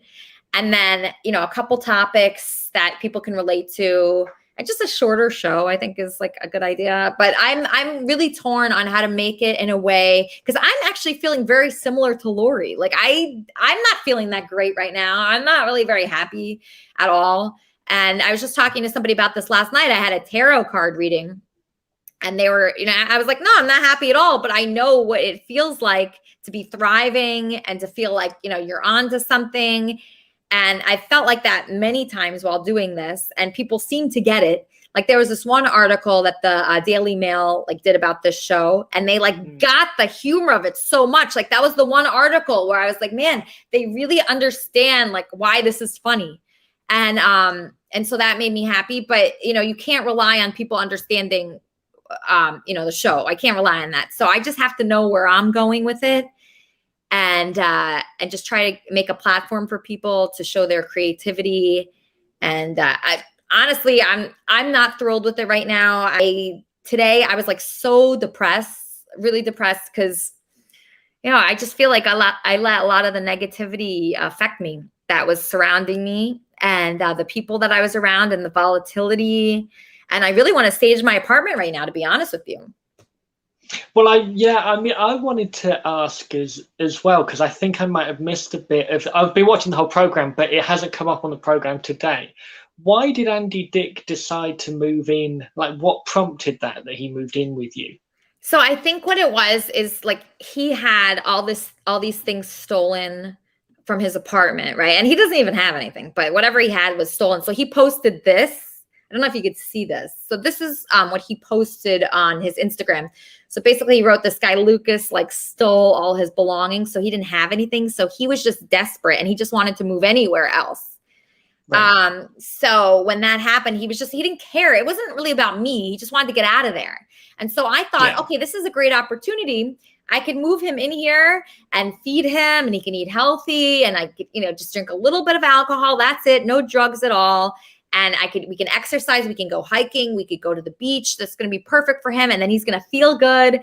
And then everything's going to change. So I thought that, but I was way off, because all he wanted to do was sleep all day. He didn't want to go hiking. He didn't want to go to the beach. He didn't want to do any of that. All the plans I had, he didn't want to do. Everything I've ever wanted to do, he's never wanted to do.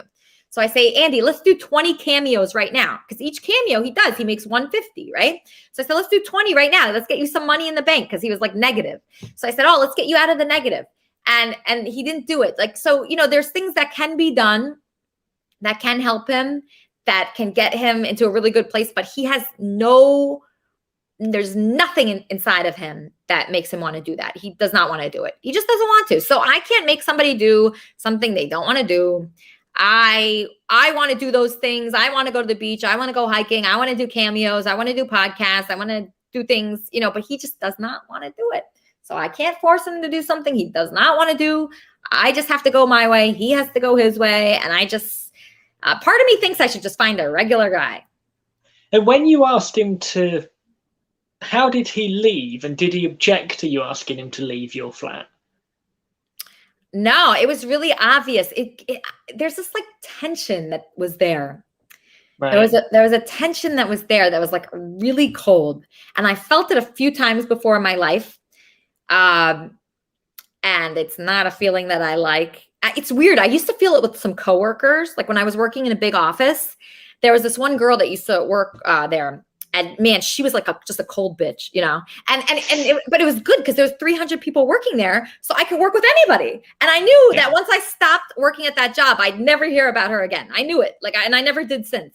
But like in a working environment, like you have to figure out like how to deal with a person like that and you know, not let it affect your work. And even though she was sitting like right across from me, she didn't affect me at all because I knew like what I had accomplished in my life, like just like killed like any nonsense she had going on, right? So I just like, I don't know, it didn't do anything negative to me. But with Andy, like I really did like love him. You know, I felt love for him.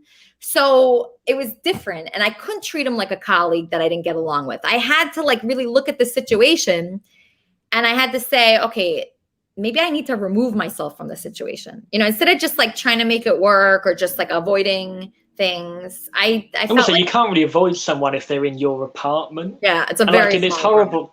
And it's really horrible having like a negative force that you know you've got to live with and they're just kind of there. And it changes the whole atmosphere because you can't even be at home and enjoy yourself anymore.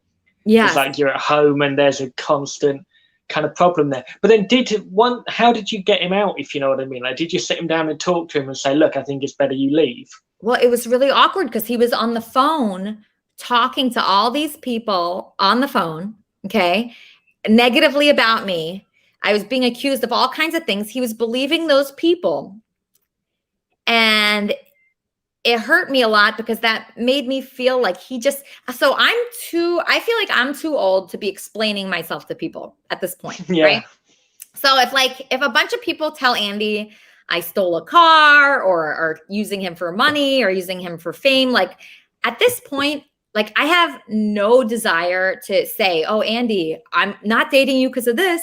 I'm dating you because of that. Or Andy, I didn't steal that car because, or Andy, I didn't do that because, like, I just don't want to explain myself. If he doesn't like understand me and who I am at this point, never mind.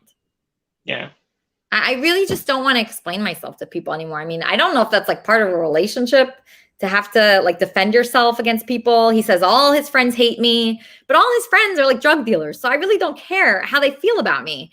But well, I wondered because like the last program you had the guy doing a handstand and he like fell on a load of broken glass and stuff. Like, yeah, like those are his friends.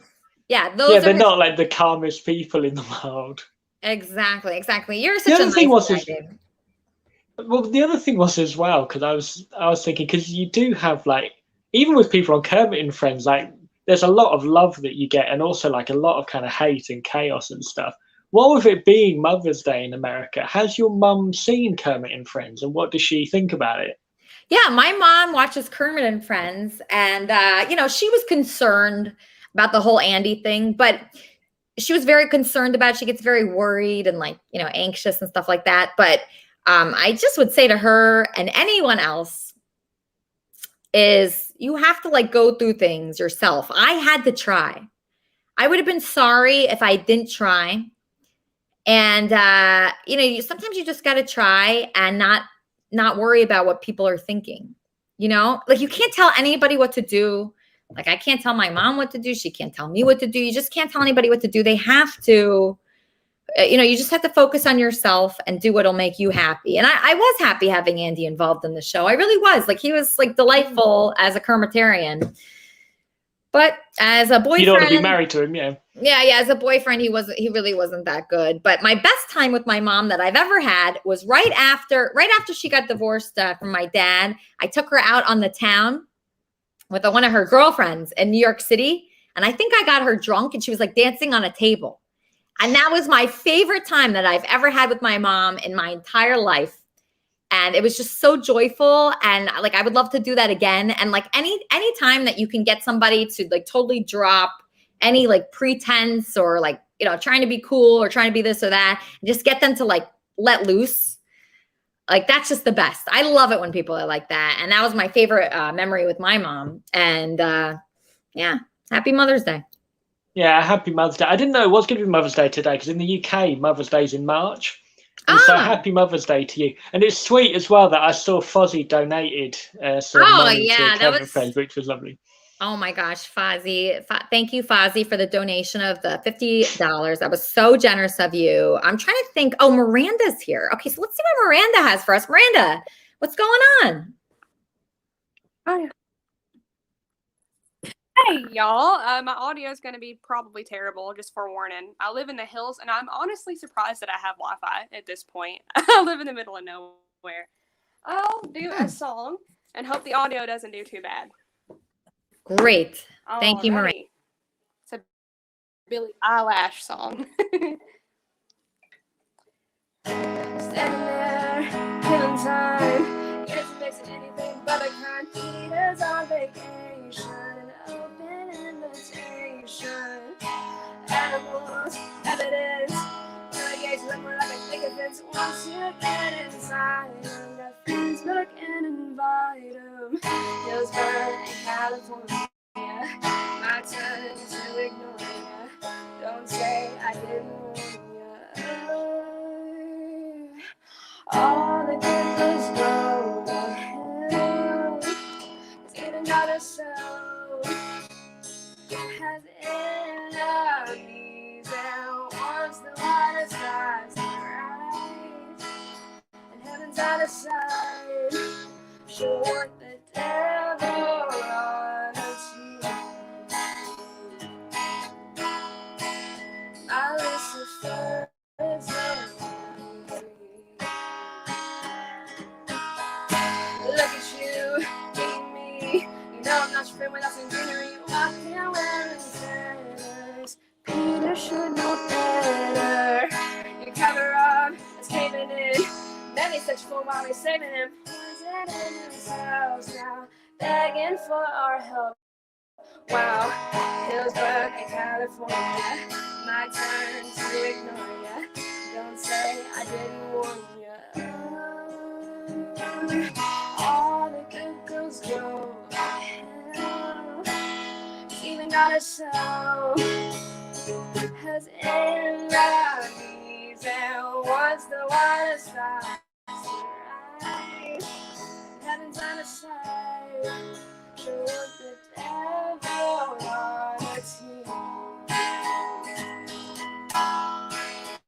At least the sun is lonely. There's nothing left to say now. My God is gonna own me.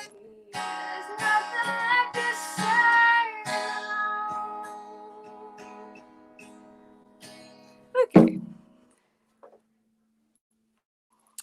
I love that Thank you for the song. nice That's comments. People figured it would happen. oh yeah, everyone Happy loves Mother's you. Day, Elisa. Happy Mother's Day, Miranda. What a doll. Oh my gosh, what a doll she is. Okay, so now let's say hi to Charmin. Happy Mother's Day, Charmin. Thank you. Happy Mother's Day to you. How are you doing today?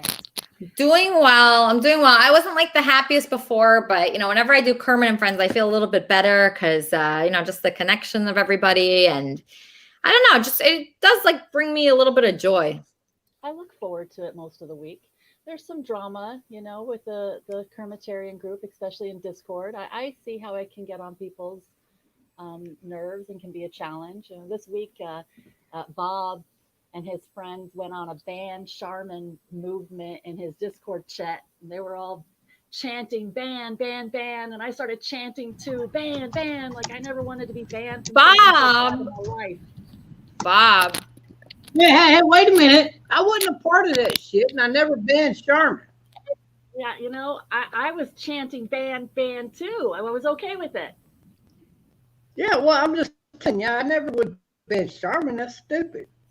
What happened? Did If you it- catch on if fire? anybody- Did I But hear yeah, you caught on fire, I have Bob? the time. I have no reason to be mad at Charmin.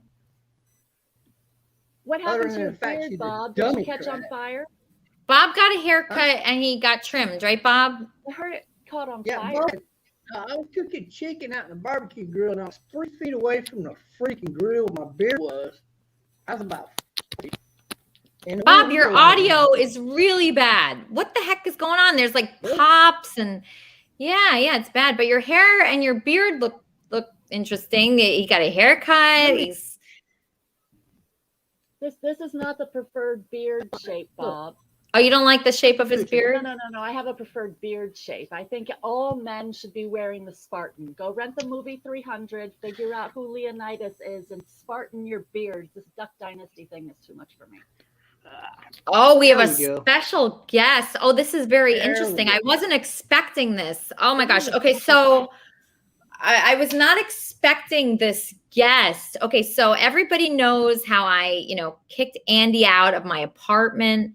Now we have this guest, Jesse, who I believe Andy is with right now. Is that right, Jesse? Look me up, man. Hey, Jesse. Welcome to Kermit and Friends, buddy. Hey, how's it going? Well, I'm doing well. Are you at a party? I'm at the trap house like usual. We're here with my friend Simon. Oh, hey, Simon. I'm Elisa. Nice to meet you. Can you see me? Yeah. Oh, let me pull my chain out. Hold up. Nigga, what the fuck? Hold the fuck up. Hold the fuck up. Hold the fuck up. I'm on camera, nigga. Fuck on that.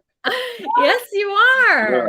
Happy Mother's Day, baby. I think my camera froze or something. Happy Mother's Day. Wow, this guy. I like this new guy. There we go. I'm new. Hey, you guys having fun? The mental institution. Yeah, she's beautiful. What's that, nigga? Hey, I'm actually single right now. Hi. Hey. What sign are you? What sign? I'm a Cancer. I'm Cancer. I'm Capricorn. Oh yeah? We connect. We connect. Really? You want to go on a date? You want to go on a date right now? Are you in California? Yep. Nigga, let's link up. Yeah. I think that's a good idea. Absolutely. Wow. What's your name? I'm Ryan. Ryan. Oh, I love that name. Hold on, I'm getting a call. Kermit and Friends. Hey, Lisa, this is Gonzo. We all think that you should date Ryan now. Yeah, Ryan's really nice. Not done. And he has a lot of chains. Hey. Hey. Wow. He has to go use the bathroom. You have to go to use the bathroom? Okay, that's okay, Ryan. You can take a break. What are you in June or July? June, the end of June. You a real Cancer. Yeah, I am. You're empathetic. I am. Yeah, I'm pretty sensitive. I'm very sensitive. I'm pretty outgoing. I like to be around people. I'm emotional. Oh, you have some water there. That's good. So what's going on today? What's on the agenda? Well, my mother is deceased. Oh. So I carry her. I carry her big, man. I carry her big. Oh, look at that. I carry her with me. But oh, that's so nice. That's so nice to hear. When did you lose your mother, Ryan? She was maybe about 5-6 years ago. Oh, I'm so sorry to hear that. She was a Cancer too. Really? Yeah. What was she like? You know what, man? Like, man, that's my best friend. That's my best friend. I lost my best friend. But I, you know what? I have to represent her. I have to. You know what I mean? I have to represent her in my life. Yeah. She was my best. You know what? It's like you don't know what a Cancer is until they gone. You feel me? Yeah. You know how y'all are. Y'all unconventional. You know that. Yeah. Your mom was unconventional too? Yes. Yes. Yes. Very unconventional. Very unconventional. She died in my arms. Oh, wow. Yeah, was she sick? Yes. Very sick. Yeah. Hey, I'm in the light. Hold up. Yeah, she was sick. She was older. You know what I'm saying? But like I can never duplicate those sacrifices. You know what I'm saying? How did she sacrifice for you? What did you admire about her sacrifice? Everything. My mother, you can't even, you know what I mean? Like her English, her handwriting, everything about my mama was the shit. You know what I'm saying? Mm-hmm.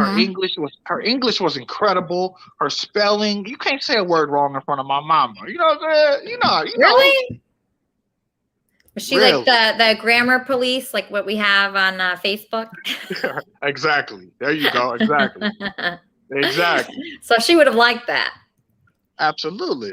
Yeah. What did you guys do together? Did you have fun? Did you go out? Like I took my mom to a party once and I thought it was really fun. You know, honestly, like she got hit by a car. You feel me? And I had, after that it was just like you know what I mean, going to the store for her, just doing everything for her. You know what I mean? And I God was telling me like, it's coming, time is coming, it's gonna come. Like I'm you know what?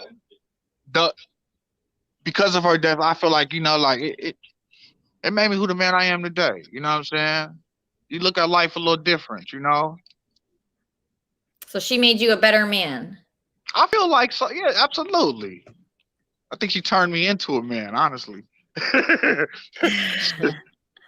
Yeah. So how do you know Jesse? This is my nigga. I love Jesse. I love Jesse. Really? Yeah. I love him with all my heart. Actually related. I care about this nigga. Like, I want to make sure he eat. Yeah, this is my nigga, man. He just got a good heart. He got a good heart, We're actually related by blood. He just got a good heart. He always happy.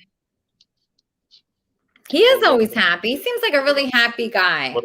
Yeah.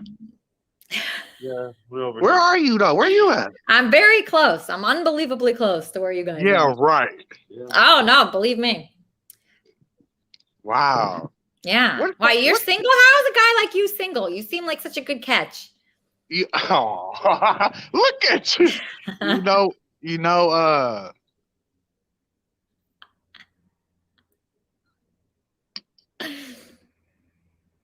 Damn, it's what, man, like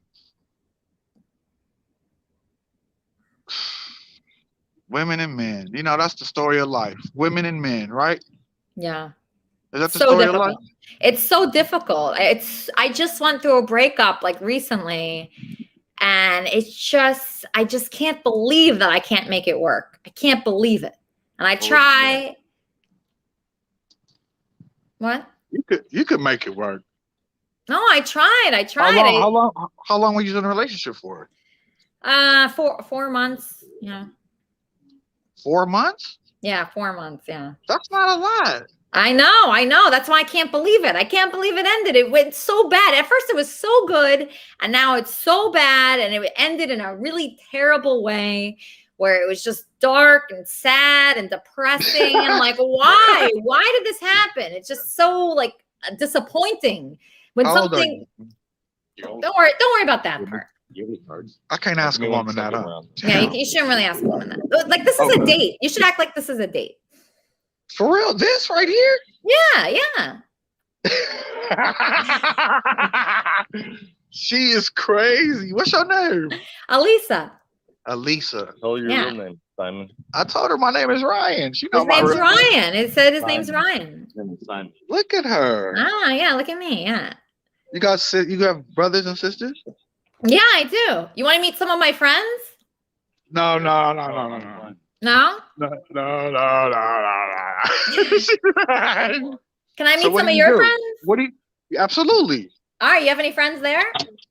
Well. What's going on there? Can I see a tour? You want to see what's going on? Yeah. I want to see what you do on I want to see what you do on a Sunday. No, my friends won't be on camera. Wow. I love you. She's so colorful. She's dope, nigga. Here. Hey, what's up? Wow, Jesse, this is going really well. All right. Well, we just wanted to pop in and say hi. I might get on later. And also, I have a special guest for you next weekend. I just talked to Flash from Bone Thugs and Harmony, and he's agreed to do the show with me. Wow. Bone Thugs and Harmony is coming on? Oh, one of the guys. I just talked to him. I'm going to let him know what time, but he's down next Sunday. Can I ask you if my ex is alive in there? Is he alive? I don't know. What do you mean you don't know? I don't know. I checked on him recently, but I think he's okay. You think he's okay? We're gonna get some lobster later or something like that. Lobster? Yeah. You're getting lobster? Yeah, I'm gonna run up to the store and make lobster for everybody. Wow. Who else is there? Few friends, but they might not want to be on camera, so I won't put them on. Okay, so people are asking who is the person from what? Bone. Oh, Flush does some kind of stuff. She shoots out here in LA and involved in a like little project I got going with a friend. Talking a little bit. He was really busy today, so he said next Sunday he'd like to do it, so I'll be in touch with him. Wow, that's such a great guest, Jesse. Yeah. So look forward to that, and maybe a couple other friends. Maybe Simon will come back on. Oh, that was Simon. That was a nice guy. Yeah, he's a good friend of mine for like 7 years, and then yeah, the next weekend might go out to like Mr. Chow or something with all my friends afterwards. Wow. Hard to plan that far ahead. See what the schedule's like. But yeah, it's a nice day. Might go to the beach later. Not sure yet. We're all just hanging out. It's Mother's Day. It's like kind of a family day. A lot of people in Hollywood aren't with their families, so we're all hanging out. Wow. Yep. Well, I love what's going on there. You're doing a great job booking Kermit and Friends. You got Ryan this week, and you got His name is Simon. Oh, actually. Simon. Okay, His name is Simon. Really. Okay, his name's Simon. And Simon also thought Mother's Day was a bank holiday. I said, no way, it's not. Hey, check this out. Hey, how Yeah. tall are you? How tall are you? I'm around like 5'6". Okay. Why? How tall are you? I'm like 6'2", 6'3". Oh yeah, wow, you're tall. Absolutely. You a tough cookie though. You one of those tough cookies. You so tough. You're not bullshitting. Look at you. You're not playing. Why are you not married? What's going on? I was almost married, but it didn't work out. What happened? It's a good question. You know what? Yeah. You cancers, you represent incarceration. You want to incarcerate. I want to liberate. You know what I'm saying? I think so. Nah, it's the Cancer is the mom. The Capricorn is the dad. You know? We both cardinals. We both create. We have to create. Right? Logically and emotionally. True? I think so. I try to be creative.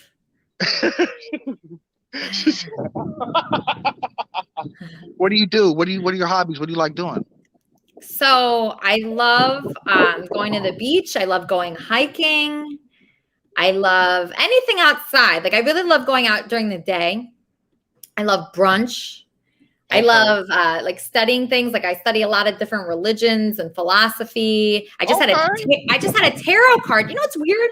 That I'm meeting you today, and that in my tarot card reading last night, there was no mention of you at all. What about a Capricorn? Yeah, like they didn't mention you. Why not? I know. It makes me not believe in it. Wow. You got a lot of spirit, though. You very spiritual and you got spirit. You're not playing. You're not playing. I'm not playing. I know. But on this, what's going on with Mother's Day? What you doing? So I'm hanging out with some friends here. Like I've let's see. Let me introduce you to somebody. Okay, let's see. Okay, like here's my friend Charmin. Charmin, look at this guy, this nice single guy. Hey, How are you? How y'all doing? Good. Charmin Smith. Yeah, you having a good time today? I'm trying. Thank you for sharing the story about your mom, right? Huh? Those of us. Thank you for sharing the story about your mom. Oh, yeah, Your man. mom's really connected Yeah. to you. My mom is everything, man. Yeah. There's a lot of us out there who really love our moms. Maybe not speaking to them right now. Now's a good time to just put it all aside and give her a call, say hi. Yeah. Right? Yeah. Anybody who's still got a mom probably should. Absolutely. I called my mom. I called my mom this morning. You know, I tried and it was nice. And I think I that's spoke with all my important. kids today. What was that, Charmin? I spoke with all my kids today. Really? They called? Yes, all of them. Wow, that's great, Charmin. Because Charmin, Charmin was having problems with her kids before, but they were adult enough to see that they should call today. Yes. Absolutely. Yes. Yeah, they gotta pay their dues. The That's kids right, gotta one pay day their a year. dues. I gave birth to you. You call me today. Absolutely. Absolutely. Yeah. Absolutely. Boys, girls, what you got? I have 2 girls and a boy. Okay. Yeah. Okay. What sign are you? Oh, I'm a Scorpio.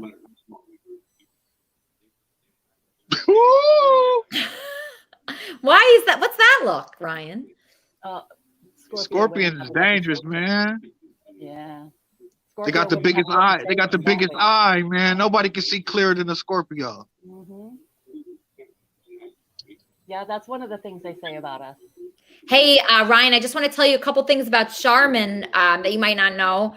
So she wrote a book and she ran for president. Shut up. Yep. Yeah. You wrote a Everybody book? had a dream. I chased mine. Yeah. Okay. Yeah. Politics? Yeah, politics. Okay. Are you a Democrat or a Republican? I'm a Dem. Okay. You on my side then. Yes, we're on the same side. Yeah, I'm not into voting and all that. Well, it can't be a government of the people, by the people, and for the people unless the people participate. Okay. Right? Yeah, well, I cannot depend on anyone or anything for my success. It is a challenge these days, isn't it? Not necessarily. I just stay out the way. Yeah, as best as you can. It's probably safest that way. You kind of get in trouble when you jump into it. I can't do it, man. I'm not into it, man. Look, I'm here with Jesse. What does that tell you about me? Right, you're just here for a good time. It's Sunday. You have some drinks. You eat some food. I hear lobster's coming later. I can't believe they have lobster. How the heck did he get a lobster? How did he get a lobster? Yeah, Jesse? Yeah. Man, Jesse got some tricks up his sleeve, man. Where you get the lobster? Oh. Yeah, here we go, Still maybe. bitch. Here we go. You're a fucking piece of shit. Hey, ask him if we can link And so up. that What, fucking back motherfucking piece of shit. So is Charmin. You're all fucking pro-communist bitches. I'm definitely thinking about blocking Charmin's fucking ass. I've definitely blocked that motherfucking black faggot's ass. And fuck all you fucking communist Democrats about that. Bob, fix your audio before you call me like a communist, please. Your audio's too bad. Why are you calling us communists? Okay, let's do it like this. Democrats are communists. That's exactly what the fuck they are. It's for socialism. Understand that there is no difference between socialism and communism. Is socialism or communism? Go look at Sweden. Nobody has a right to vote in Sweden. That's called totalitarianism. May follow. And I thought Sherman has lost her goddamn marbles because the Democrats support no limits on voters. So in America, a state cannot. You got to show your ID to prove you're an American vote. So that tells you China can send 100 million motherfuckers over here to vote. And you can't do a fucking thing about it because you don't have a right to ID a motherfucker to make sure they're American before they vote. But the Democrats are so thrown off, they resist that at every point in turn. So fuck all you Democrat motherfuckers. I'll beat that motherfucker 6'2" ass. Bet you I'll knock his fucking ass out. And I ain't but 5'5". And I knock motherfuckers out 6'4", you fucking bitch. I'll meet that bitch. Is it hard? Bob, is it hard dating people when you're motherfuckers like that? Fucking Democrats, fuck you. I can't stand none of them. Sorry, Elisa, I just can't fucking stand you. Bob, is it hard dating? Slavery, bitch. Anybody that supports the fucking Muslims who have never outlawed slavery, who started black slavery, fuck you because you're pro-child abduction and you're pro-fucking slavery and you're anti-war in America. So fuck you too, you piece of shit. See you on the street, I just want to knock your fucking ass out. That's just how. Is it hard dating when you're only 5'5"? Is it hard dating when you're only 5'5", Bob? No, actually, I get too much fucking pussies. There's 8 women every guy down here, Lisa. My only fucking problem is avoiding women down here. Because all they think is about when they see a guy like me is, oh, there's a sugar daddy. So you got to run from them fucking bitches. Unlike you did Andy Dick. And now you're looking at another fuck up you want to date. Are you fucking? Please fix your audio, Bob. I'd love to argue with you, but your audio is too bad. Here's a new person. Attila. Hi, Attila. Attila, yes. Hello, Elisa. Thank you for bringing me on. Nice to finally be on here. How are you doing today? Oh, I'm doing great. Your audio's good. Yeah, Bob, at 5'5", do you think he should be so angry and fighting with people, fighting with women? I mean, it's easy to be better than Bob, but I do have planes going on overhead, so hopefully that's not going to be too bad. I've been watching you for about 6 weeks on and off. I found out through Jimmy Russo. Oh, I love Jimmy Russo. Oh, Shout out great. Jimmy Russo. I'm a streamer myself. Okay. I'm from Canada, Europe originally, but I'm in the U.S. currently. I'm in Austin. Okay, great. And what are you doing? What, you're a streamer? What do you have a show? Well, we're in the genre of IRL, in real life. Okay. We go out, clubbing, bar scene, just tourist stuff, but some in-house streams, cooking, desktop, a little bit of gaming. So you could say variety. I actually do podcasts as well. I have a podcast on Saturday. I'm part of this community called IP2, and it's a bit of a toxic community. You guys were talking about that earlier, the trolling and how you deal with it. Well, that's what we constantly deal with. That's what this community is known for. So I mean, So if somebody's upset, like Lori, Lori is like on her way out. She wanted to quit her shows. She has multiple shows. She wanted to quit because of the trolling. What would you tell her? Isn't there anything positive that she can get from it other than... There is a positive part of the community. Okay. Like you said, you got to ignore it. You got to ignore the negativity. You can ban people from the chat and reform the community that way. It's Why don't also you really shut up, you piece of shit, Mongolian Muslim Germanian motherfucker? I don't look your name up. Everybody knows you're a piece of shit.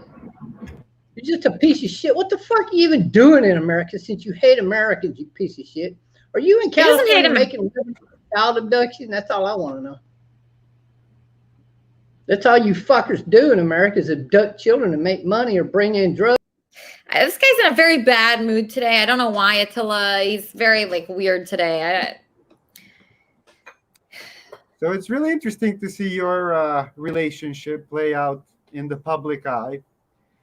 I got married a month and a half ago. Our wedding was on stream, and our relationship has been unfolding on stream. We met through the internet and then met up. I had to go back to Canada for a month, but when I came back, we got married. Unfortunately, we're separated already. Oh, no. Why? How come? 2 cases going, court cases, 2 domestic assault charges. She got charged first, and then I got charged after. So I'm currently not allowed to go to the apartment we rent together. Wait, why did you guys both get charged? What happened? Well, the time she got charged, she scratched me up. We got into an argument over my jewelry. She wanted my necklace off my neck. Oh my God. And then other things. And Yikes. It scratched me a bunch of times, and she got arrested for that. The last time I got really drunk, I broke some things in the house. She pepper sprayed me. Some guy came in, beat me up, and then the police tased me. and I got arrested. Oh no. So, however, this is the kind of stuff my community likes. Arrests, especially, any police interactions, arguments, fights, toxic. Oh man. Well, I don't know. I don't really like the whole like toxicity. I choose not to focus on that. So like I don't know where Dr. Roy went, but we have this guy named Dr. Roy here. He sent me this book. He wrote this book, Live Life Like Bronson. Like how sweet is that? He wrote like a children's book and he sent it to me. And that's the kind of stuff I like to focus on. People are writing books and sending me books, and I have lots here. And that's what I want to do. I want to have a community where we're like celebrating people's creativity. Okay. So what is your YouTube channel so people can subscribe to you? Well, my current newest YouTube channel is IP2 President. Okay. And that's letter P, number 2, and President. Okay. Is the channel I stream on. It's owned by someone else because I'm not able to create YouTube channels anymore. That's another thing we deal with, constant bans from YouTube and other platforms, donation platforms, other streaming platforms. Twitch is completely out of the question for most of us. They don't like our type of content. Is it really like what is it? Why don't they let you stream anywhere? It's weird. You seem like such a nice guy, like a regular guy. We I think deal with mass reporting. They like to troll and just report the channel for no reason. And I think once YouTube reaches a certain threshold, they just ban the channel. But I saw your channel still there. Well, the new one's there. Yeah, it was created by someone else, so someone else owns that channel, so I can stream that way. It's a YouTube loophole, so to speak, the Keemstar loophole, because he dealt with this a long time. Drama alert, Keemstar. And so Twitch, for example, if someone's banned on the platform, then you can't even put them on their stream. Like if you're walking down the street and someone who's been banned off Twitch is on your stream, you can get banned for that. YouTube is not that strict. So you can have someone on the show that's been banned on. Why is this person saying that you drop N-bombs all the time? Elisa? Oh, you do? Like the N-word? That's right. Oh, why do you use that word? I'm just curious. Because it's just a word. It's not racist in itself. Black people use it. Mm-hmm. Okay. So, but you use that word all the time? Like just like... Well, I mean, when it's appropriate. Huh. That's interesting. Okay, so let's... Your guest earlier just used it. Is that a problem? Well, he was black, though. That's okay. Well, so what? I think when someone's black, they're allowed to use it. I don't buy into that ideology. Okay, I'm going to talk to you about it in 1 second. That is an interesting topic. Okay, so right now I have this book that I'm holding in my hand. Hey, Elisa. Yeah, and there's no N-word in this book. See, it's just a very nice book. And it's called Live Life Like Bronson. And it's written by Dr. Roy. And I was so excited. I read this book to one of my nephews. Good. And it's even signed. Look, right here. So I'm so happy that Dr. Roy sent me this book. And everybody should buy this book. And do you want to tell people a little bit about it, Dr. Roy? Sure. First thing, happy Mother's Day, guys. Happy Mother's Day. It's been a really wild show, but the book's about really me and my son. It talks about traveling, the art of parenthood, and a single dad taking care of a little boy. So there's always 3 lessons in every book. It's going to be a series of books. The next one's going to be in Charleston, South Carolina, but I was happy to do it. It took about maybe a year to do it. So really, wow. Yeah. What took so long? Was it the illustration that took a long time? Yeah, when you're the illustration, working together with people, And also too, there's just a lot of fine tuning. So there was a lot of revisions. Formatting was a big issue. Mm-hmm. But I hope you enjoy it. It's a I children's loved it. book. Yeah. I loved it. I was so happy when I received it, and I just love that. It's the opposite of what we were previously talking about. But yeah, no, I'm excited. I was excited to receive it, and I just love you have such a good energy about you, and you're just so nice and just a great person. And you know, I just you know, Lori earlier was discussing about the kind of people that she doesn't like. Like we also have people like Dr. Roy. It's not all bad. Like everybody thinks it's bad. Everybody thinks it's so dangerous here, and it's filled with criminals and all these bad people and people N-word this and N-word that. That's not what's happening. It's all kinds of people. That's what we are here. We're accepting of all types, and we have doctors. It's the yin and the yang. It's the yin and the yang. And you know, I can empathize for Lori because I feel like she gets beat up sometimes. Yes. You know, and what she needs to do, what you said, is to set boundaries and not care about those people. Take it out. She's also feeling bad right now. So there, you know, it just adds up to a lot of different things, you know? Yeah, because when you're feeling bad, everything's bad. Everything's bad. Everything's bad. Yeah. That's why I think the most important thing is to get your like energy level and up. So nothing else really matters until you do that. So that's your like number one job is getting your energy level and your confidence level and just your happiness level as high as you can get it. Right. And then all of a sudden the N-word, you don't need it anymore. You don't need it. Don't talk like that. I'm just saying. But anyway, everybody should buy your book. What do you have going on today? You have a busy day? Yeah, actually, I was on and then I had to go out. I came in late. We have like a family party and we were taking pictures. My brother from Miami's in town. So everyone's in town. My sister-in-law, our friends. And so, you know, it's a family thing. We like to drink. We like to eat, you know, a lot of different things.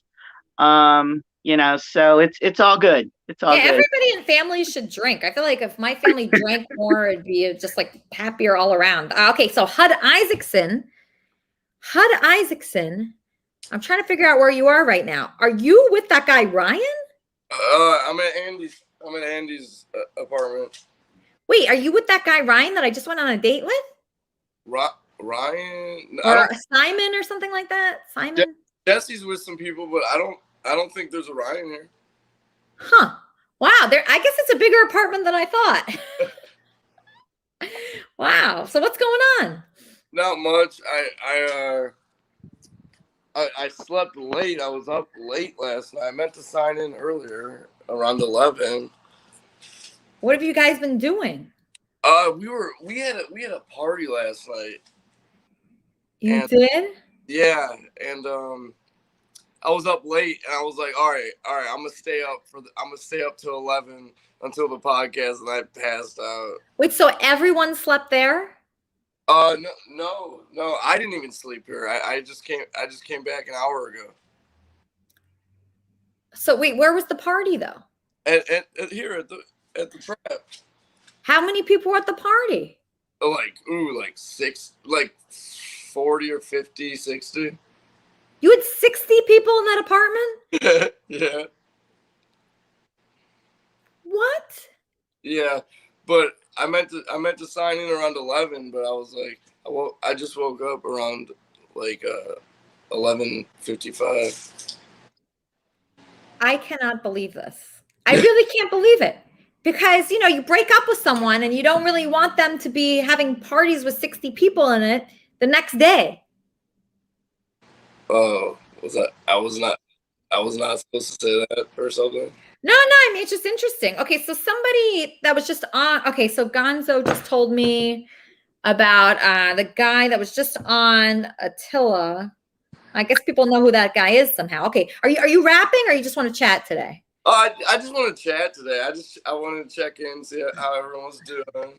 Okay, and let's see if people have questions about your party, because I have questions. Okay, so DJ Smooth, you're on with HUD. There was a party at Andy's house with 40 to 60 people in it. Any thoughts, DJ Smooth? forget about that. I've got something a whole lot better, right? I've been going off about it and chatting non-stop, right, about my sauce trick, and I'm ready. Wait, let me set the room up. Got to have the right lighting, okay? Prepare yourself. Get Isaacson off the screen. In fact, if I can have the screen, right? See this bottle of sauce? I'm gonna blow your brain. Right, here we go. So this entire bottle here of jerk barbecue reggae sauce, right? I can get this entire thing down my throat, and I am 100% serious. Right, here we go. Wait there. Here we go.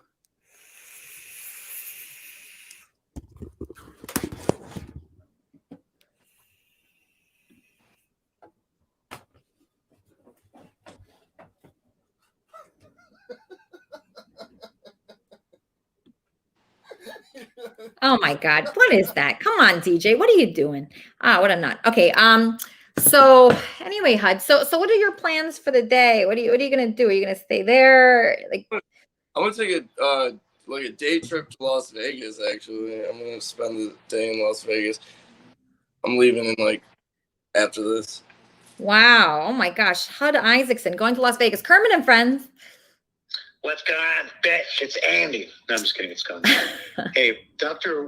Roy. Why does Dr. Roy? Why is he wearing a Polo Association shirt? Why is he not wearing polo? That's embarrassing. Oh, Gonzo just asked. Dr. Roy. I know. Why are you asking? You can't wear Polo Association.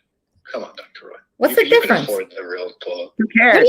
Yeah. That's a beautiful. He said, "Who cares?" Come on, Gonzo. Come. I don't care. That's everybody knows that. Come on, Dr. Roy. How do you even know what kind of shirt? I like Dr. Roy. That's why I'm You're upset. You're upset. I don't want to wear polo. That's off the rack from Marshalls. Get a polo, Dr. Roy, polo. It'll change your life.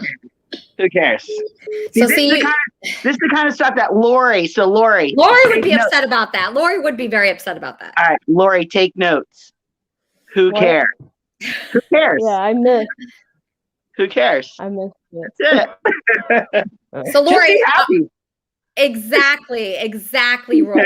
Exactly. So Lori, okay, so a really good topic, I think, for the wrap-up show, if you're gonna do it, is like Hud Isaacson just told me that Andy had a party with 40 people at it the night that I kicked him out. So I kicked Andy out, and then a few hours later, he had a party with 40 people in it.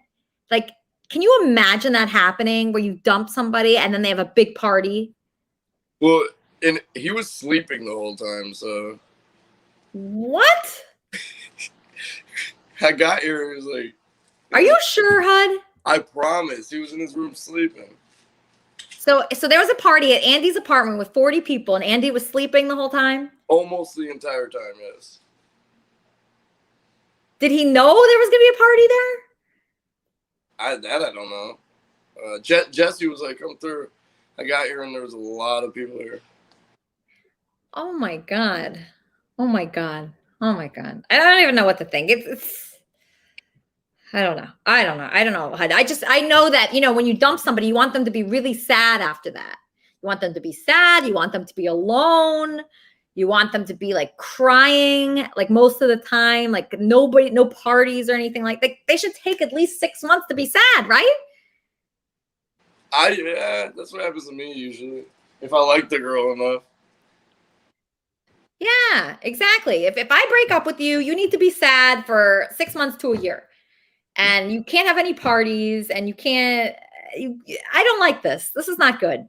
Oh my God.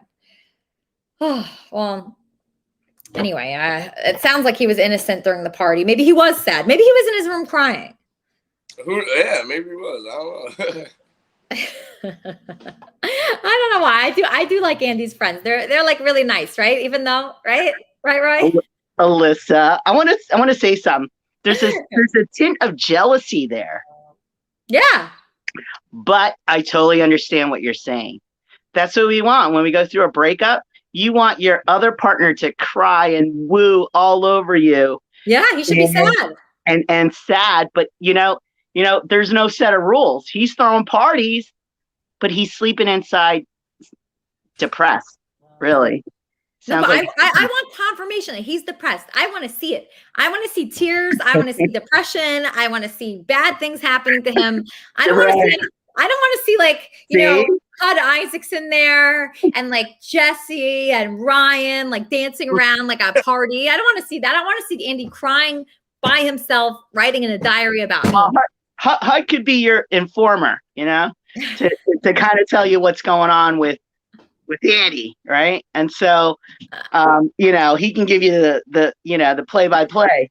But after every breakup, we go through this anxiety and depression. We want our ex to like be sad and lonely. Yeah, you don't know what happened. They're going to be throwing parties. There's going to be people there. They're going to be like having a good time, and you're home all alone crying.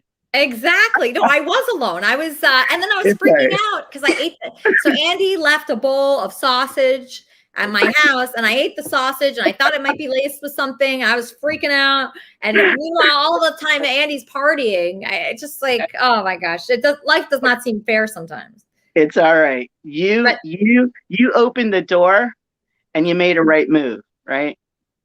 So stick with that. Feel good about that. If that's what you did. Yeah. You know what I'm saying? I could hire you because of your new business. So Dr. Roy, Hud, you're going to love this. So Dr. Roy has a new business. All right, Dr. Roy? Yeah. And don't you think I'd be a perfect person to hire you? You would. We can get you over. It's the no contact rule. We're going to square you up. We're going to get you shaped. We're going to get your mind back to where it used to be.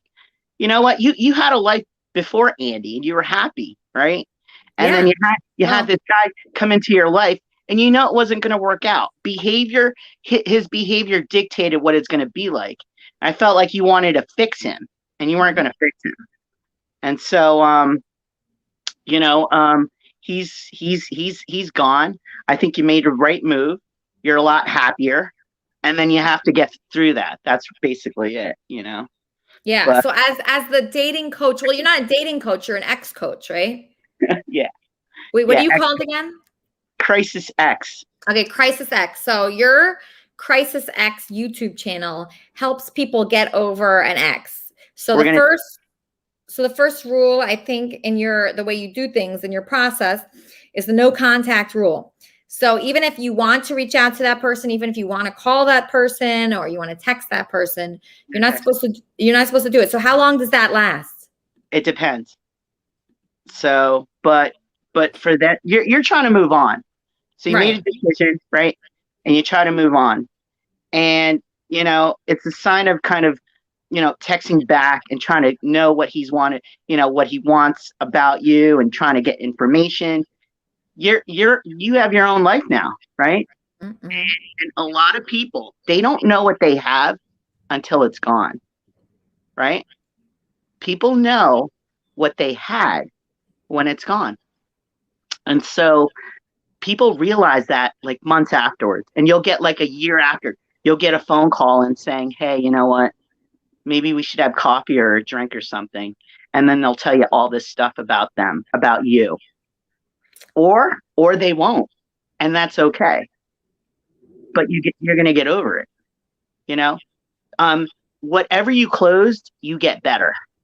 So your next is better, right? Don't you think? Yeah, I mean, you shouldn't get worse. That's right. So Yeah, what do you think, Hud? Hud, do you agree the no contact rule is a good rule? Oh, yeah, you got to give them time to miss you. That's right. That's right, Hud. We're talking the same language. Hud's so smart. Okay. So what we're going to do is for our wrap-up show, I think we're going to talk about a few things. So I don't know if actually, Charmin, are you going to be on the wrap-up show today? Wait, hold on. You're muted. I don't know why. Maybe I muted you. Oh. Huh. Okay. What'd you say, Charmin? Are you going to be on with Lori? No, I'm not. I'm going to spend the rest of the evening with my kids. Oh. We're going to have dinner. It's going to be fun. Oh, I'm so happy for you. Oh my gosh. I love that. Okay, great. Okay. That's okay. Oh my gosh. Have fun, Charmin. I'll be back next week for the wrap-up show. So whatever goes on this week, I'll catch it on YouTube and I'll be fully prepped for whatever's next. Oh my gosh, thank you. Okay, great. So Charmin's gonna be with her kids. Maybe this guy Attila will be a part of it. Attila, we have a wrap-up show to this show where we discuss the concepts that we went over here, like for instance, breakups, like the no contact rule and how to get over, someone, and how not to throw parties that your ex finds out about, like that kind of thing. Any of this of interest to you? Would you want to be a part of it? Not to have guys over while you're separated. Yeah, multiple guys. Type of stuff. Yeah, young and cute guys, right? They're everywhere in that apartment. Look at HUD. HUD. I can't believe this. It's unbelievable. It really is. It's crazy. But you definitely want your ex to be alone and like cold and alone and depressed. You don't want him to be like surrounded by like young, cute guys. That's for sure. Especially if he likes guys better than girls. Okay, Lori. So did you write any notes? I really haven't been here. I've been back and forth, like spending time with my mom and rearranging stuff. I found out that my stepsister who was living here stole a bunch of my stuff, and I have no idea where it is. I'm gonna go get some Chinese food. So that doesn't sound like the wrap-up show, really. Yeah. Huh. I'm gonna take a break and see how I feel maybe next week. Okay. Huh. All right. So it sounds like there's not going to be a wrap-up show today, HUD. I don't know. Okay. I guess that's okay. Does anybody want to host the wrap-up show? People think about it and here's somebody's calling me. Maybe Gonzo wants to do it. Kermit and Friends. Hey, Elisa, it's Johnny B's agent, Gonzo. Johnny B will host the wrap-up show. Oh, on YouTube? I don't know if he's capable yet. What do you mean? It's so easy. You just have to go. Listen, Johnny B, I have a very temperamental client. You know this. It's very hard to get him to change. But most definitely. And but nobody knows how to log on there. You know that, Gonzo. Nobody knows how. I know. It's impossible. It's fucking 2 viewers. That's why we're trying to save the cave. So everybody, please encourage Johnny B to try to do YouTube. I don't know if he's going to be. Can you figure? Does he have a YouTube channel? I don't know. No one knows. No one knows. He has a YouTube channel. He just doesn't use it. All right, call your client. Oh my gosh. Wow. No wrap-up show. That's so sad. I hate that. Like we used to have like 5 wrap-up shows. What happened to everybody? I would do it, but I don't think I could handle that responsibility. Oh, yeah, you could. I mean, I don't know. I mean, you definitely could. Yeah, HUD's a great guy. I love HUD. HUD, you're a really, really nice guy. The way he's standing with his like arm on the wall is sexy. Sexy? Yeah? This is how I stand. Here, Lori, look at HUD. Look how sexy HUD is. Now, do you want to do the wrap-up show? HUD, can you convince Lori to do the wrap-up show? What do you want me to say?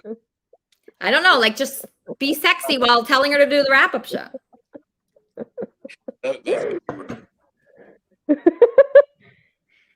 Lori, he'll do it with you. HUD, I could teach you how to do the wrap-up show.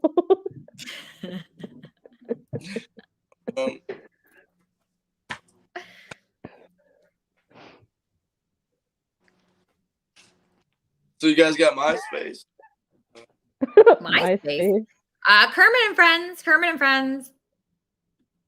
Yeah, what's up with Andy Dick? Did Linda finally put the kibosh on your shitty fake relationship? Okay, so Linda, there's no Linda. Okay, there's no Linda. This is his wife, Linda. There's no Linda. Okay, there's no Linda. Linda is his wife. His name's Linda Sped. All right, no, that's. You should know this. Everybody knows this already. Her name's Linda. Was it his son, the one that makes the movies? Shep, you're really wrong. You got it all wrong. Shep, do you want to do a wrap? No, everybody can listen up. His son's a movie producer, is a movie director. The mom produces the movies, and they finally put the kibosh in your bullshit, right? No, I I broke up with Just like him. Just like the federal government put the kibosh on your company that was selling excessive amounts of marked up fake jewelry to old people in Florida, just like you're going to probably have to testify in court on that. All right. See, that guy cannot host the wrap-up show. No way. Okay, so that was this octopus that I used to date. I can't stand that guy. Anyway, Hud, Lori really likes you. I don't know if that's enough for her to do the wrap-up show with you. If Lori, if Hud was your co-host, would you be the wrap-up show person? Today it's a no. Oh, wow. So even with HUD sex appeal, still, wow, can't believe it. Okay, all right, that's fine. I can't believe it. See, HUD, we can only accomplish so much here. All right, actually, Johnny Bolton. Okay, let's see. Kermit and Friends. I have a StreamYard going that's broadcasting on YouTube. You do? Yes, I'm putting a post. Wow. All right, wait, you're echoing, but this is great news. Johnny Bolton just called me. He put the StreamYard link. Here, wait, put the StreamYard link in my chat right now so people can go there. Wow. Okay, so Johnny Bolton stepped up. Your dad, Lori, just stepped up. And he's doing the wrap-up show for everyone. How cool is that? Wow. Okay, so that's awesome. Okay, so everybody go to Johnny B's wrap-up show so you can, talk about this show and what happened here. And that just shows people do come through. Johnny Bolton came through. Lori, are you going to watch your dad's wrap-up show? Probably while I'm eating my Chinese food. Depression eating my Chinese All right, food. depression eating. Okay, Johnny, I'm going to hang up, okay? You have so much echo. Oh, wait, I hung up by accident. But anyway, I really appreciate that. That was unbelievable. That was unbelievable. I'm shocked by that, HUD. Wow. Okay, so Gonzo, you did it. Johnny B's on YouTube hosting the wrap-up show for Kermit and Friends, taking over for Lori because she's very depressed, but she's going to have Chinese food and she's going to be okay. Right, Lori? Yeah. Yeah, food makes me feel better. I'm telling you, I'm not doing well either, obviously. Okay, so I'm not doing well either. Nobody's doing well here, but Gonzo, thank you. You're welcome. And just see what can happen with good management and, representation. Johnny B is actually, he's able to make a difference. And everybody, let's save the cave.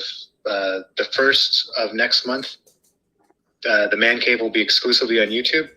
And their new show schedule will begin tomorrow, starting with Musa Monday. So we're all looking forward to that. Thank you, guys. Wow. That was Gonzo, manager of Johnny Bolton. Johnny Bolton, I hope he took notes. I doubt he did. I would say there's 0% chance he took notes. But even so, hopefully someone took notes. And someone will tell Johnny Bolton what happened on the show here. There's a lot of things happening. We're talking about breakups. We're talking about trolls. You got to keep going. You got to not give up because somebody will come through for you. Somebody will. I mean, look at this guy, HUD. HUD is a nice guy, and he's there, and he's just so sweet. And Lori has a crush on him. I think it's insane that she has a crush on you, but she doesn't want to do a show with you. That's how you meet people, Lori. That's how you get guys. You do shows. That's why I do it. Right, Lori? I get a crush on anyone that's got dark hair and a beard, so. Me too.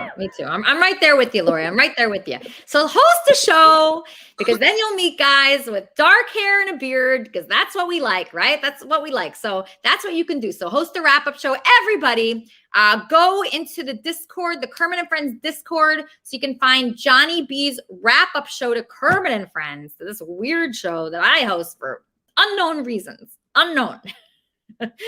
Completely unknown reasons why I host this show, but it's very fun sometimes. It makes me laugh. I hope we made you laugh today. And I guess we'll see you next week on our crazy show, Kermit and Friends.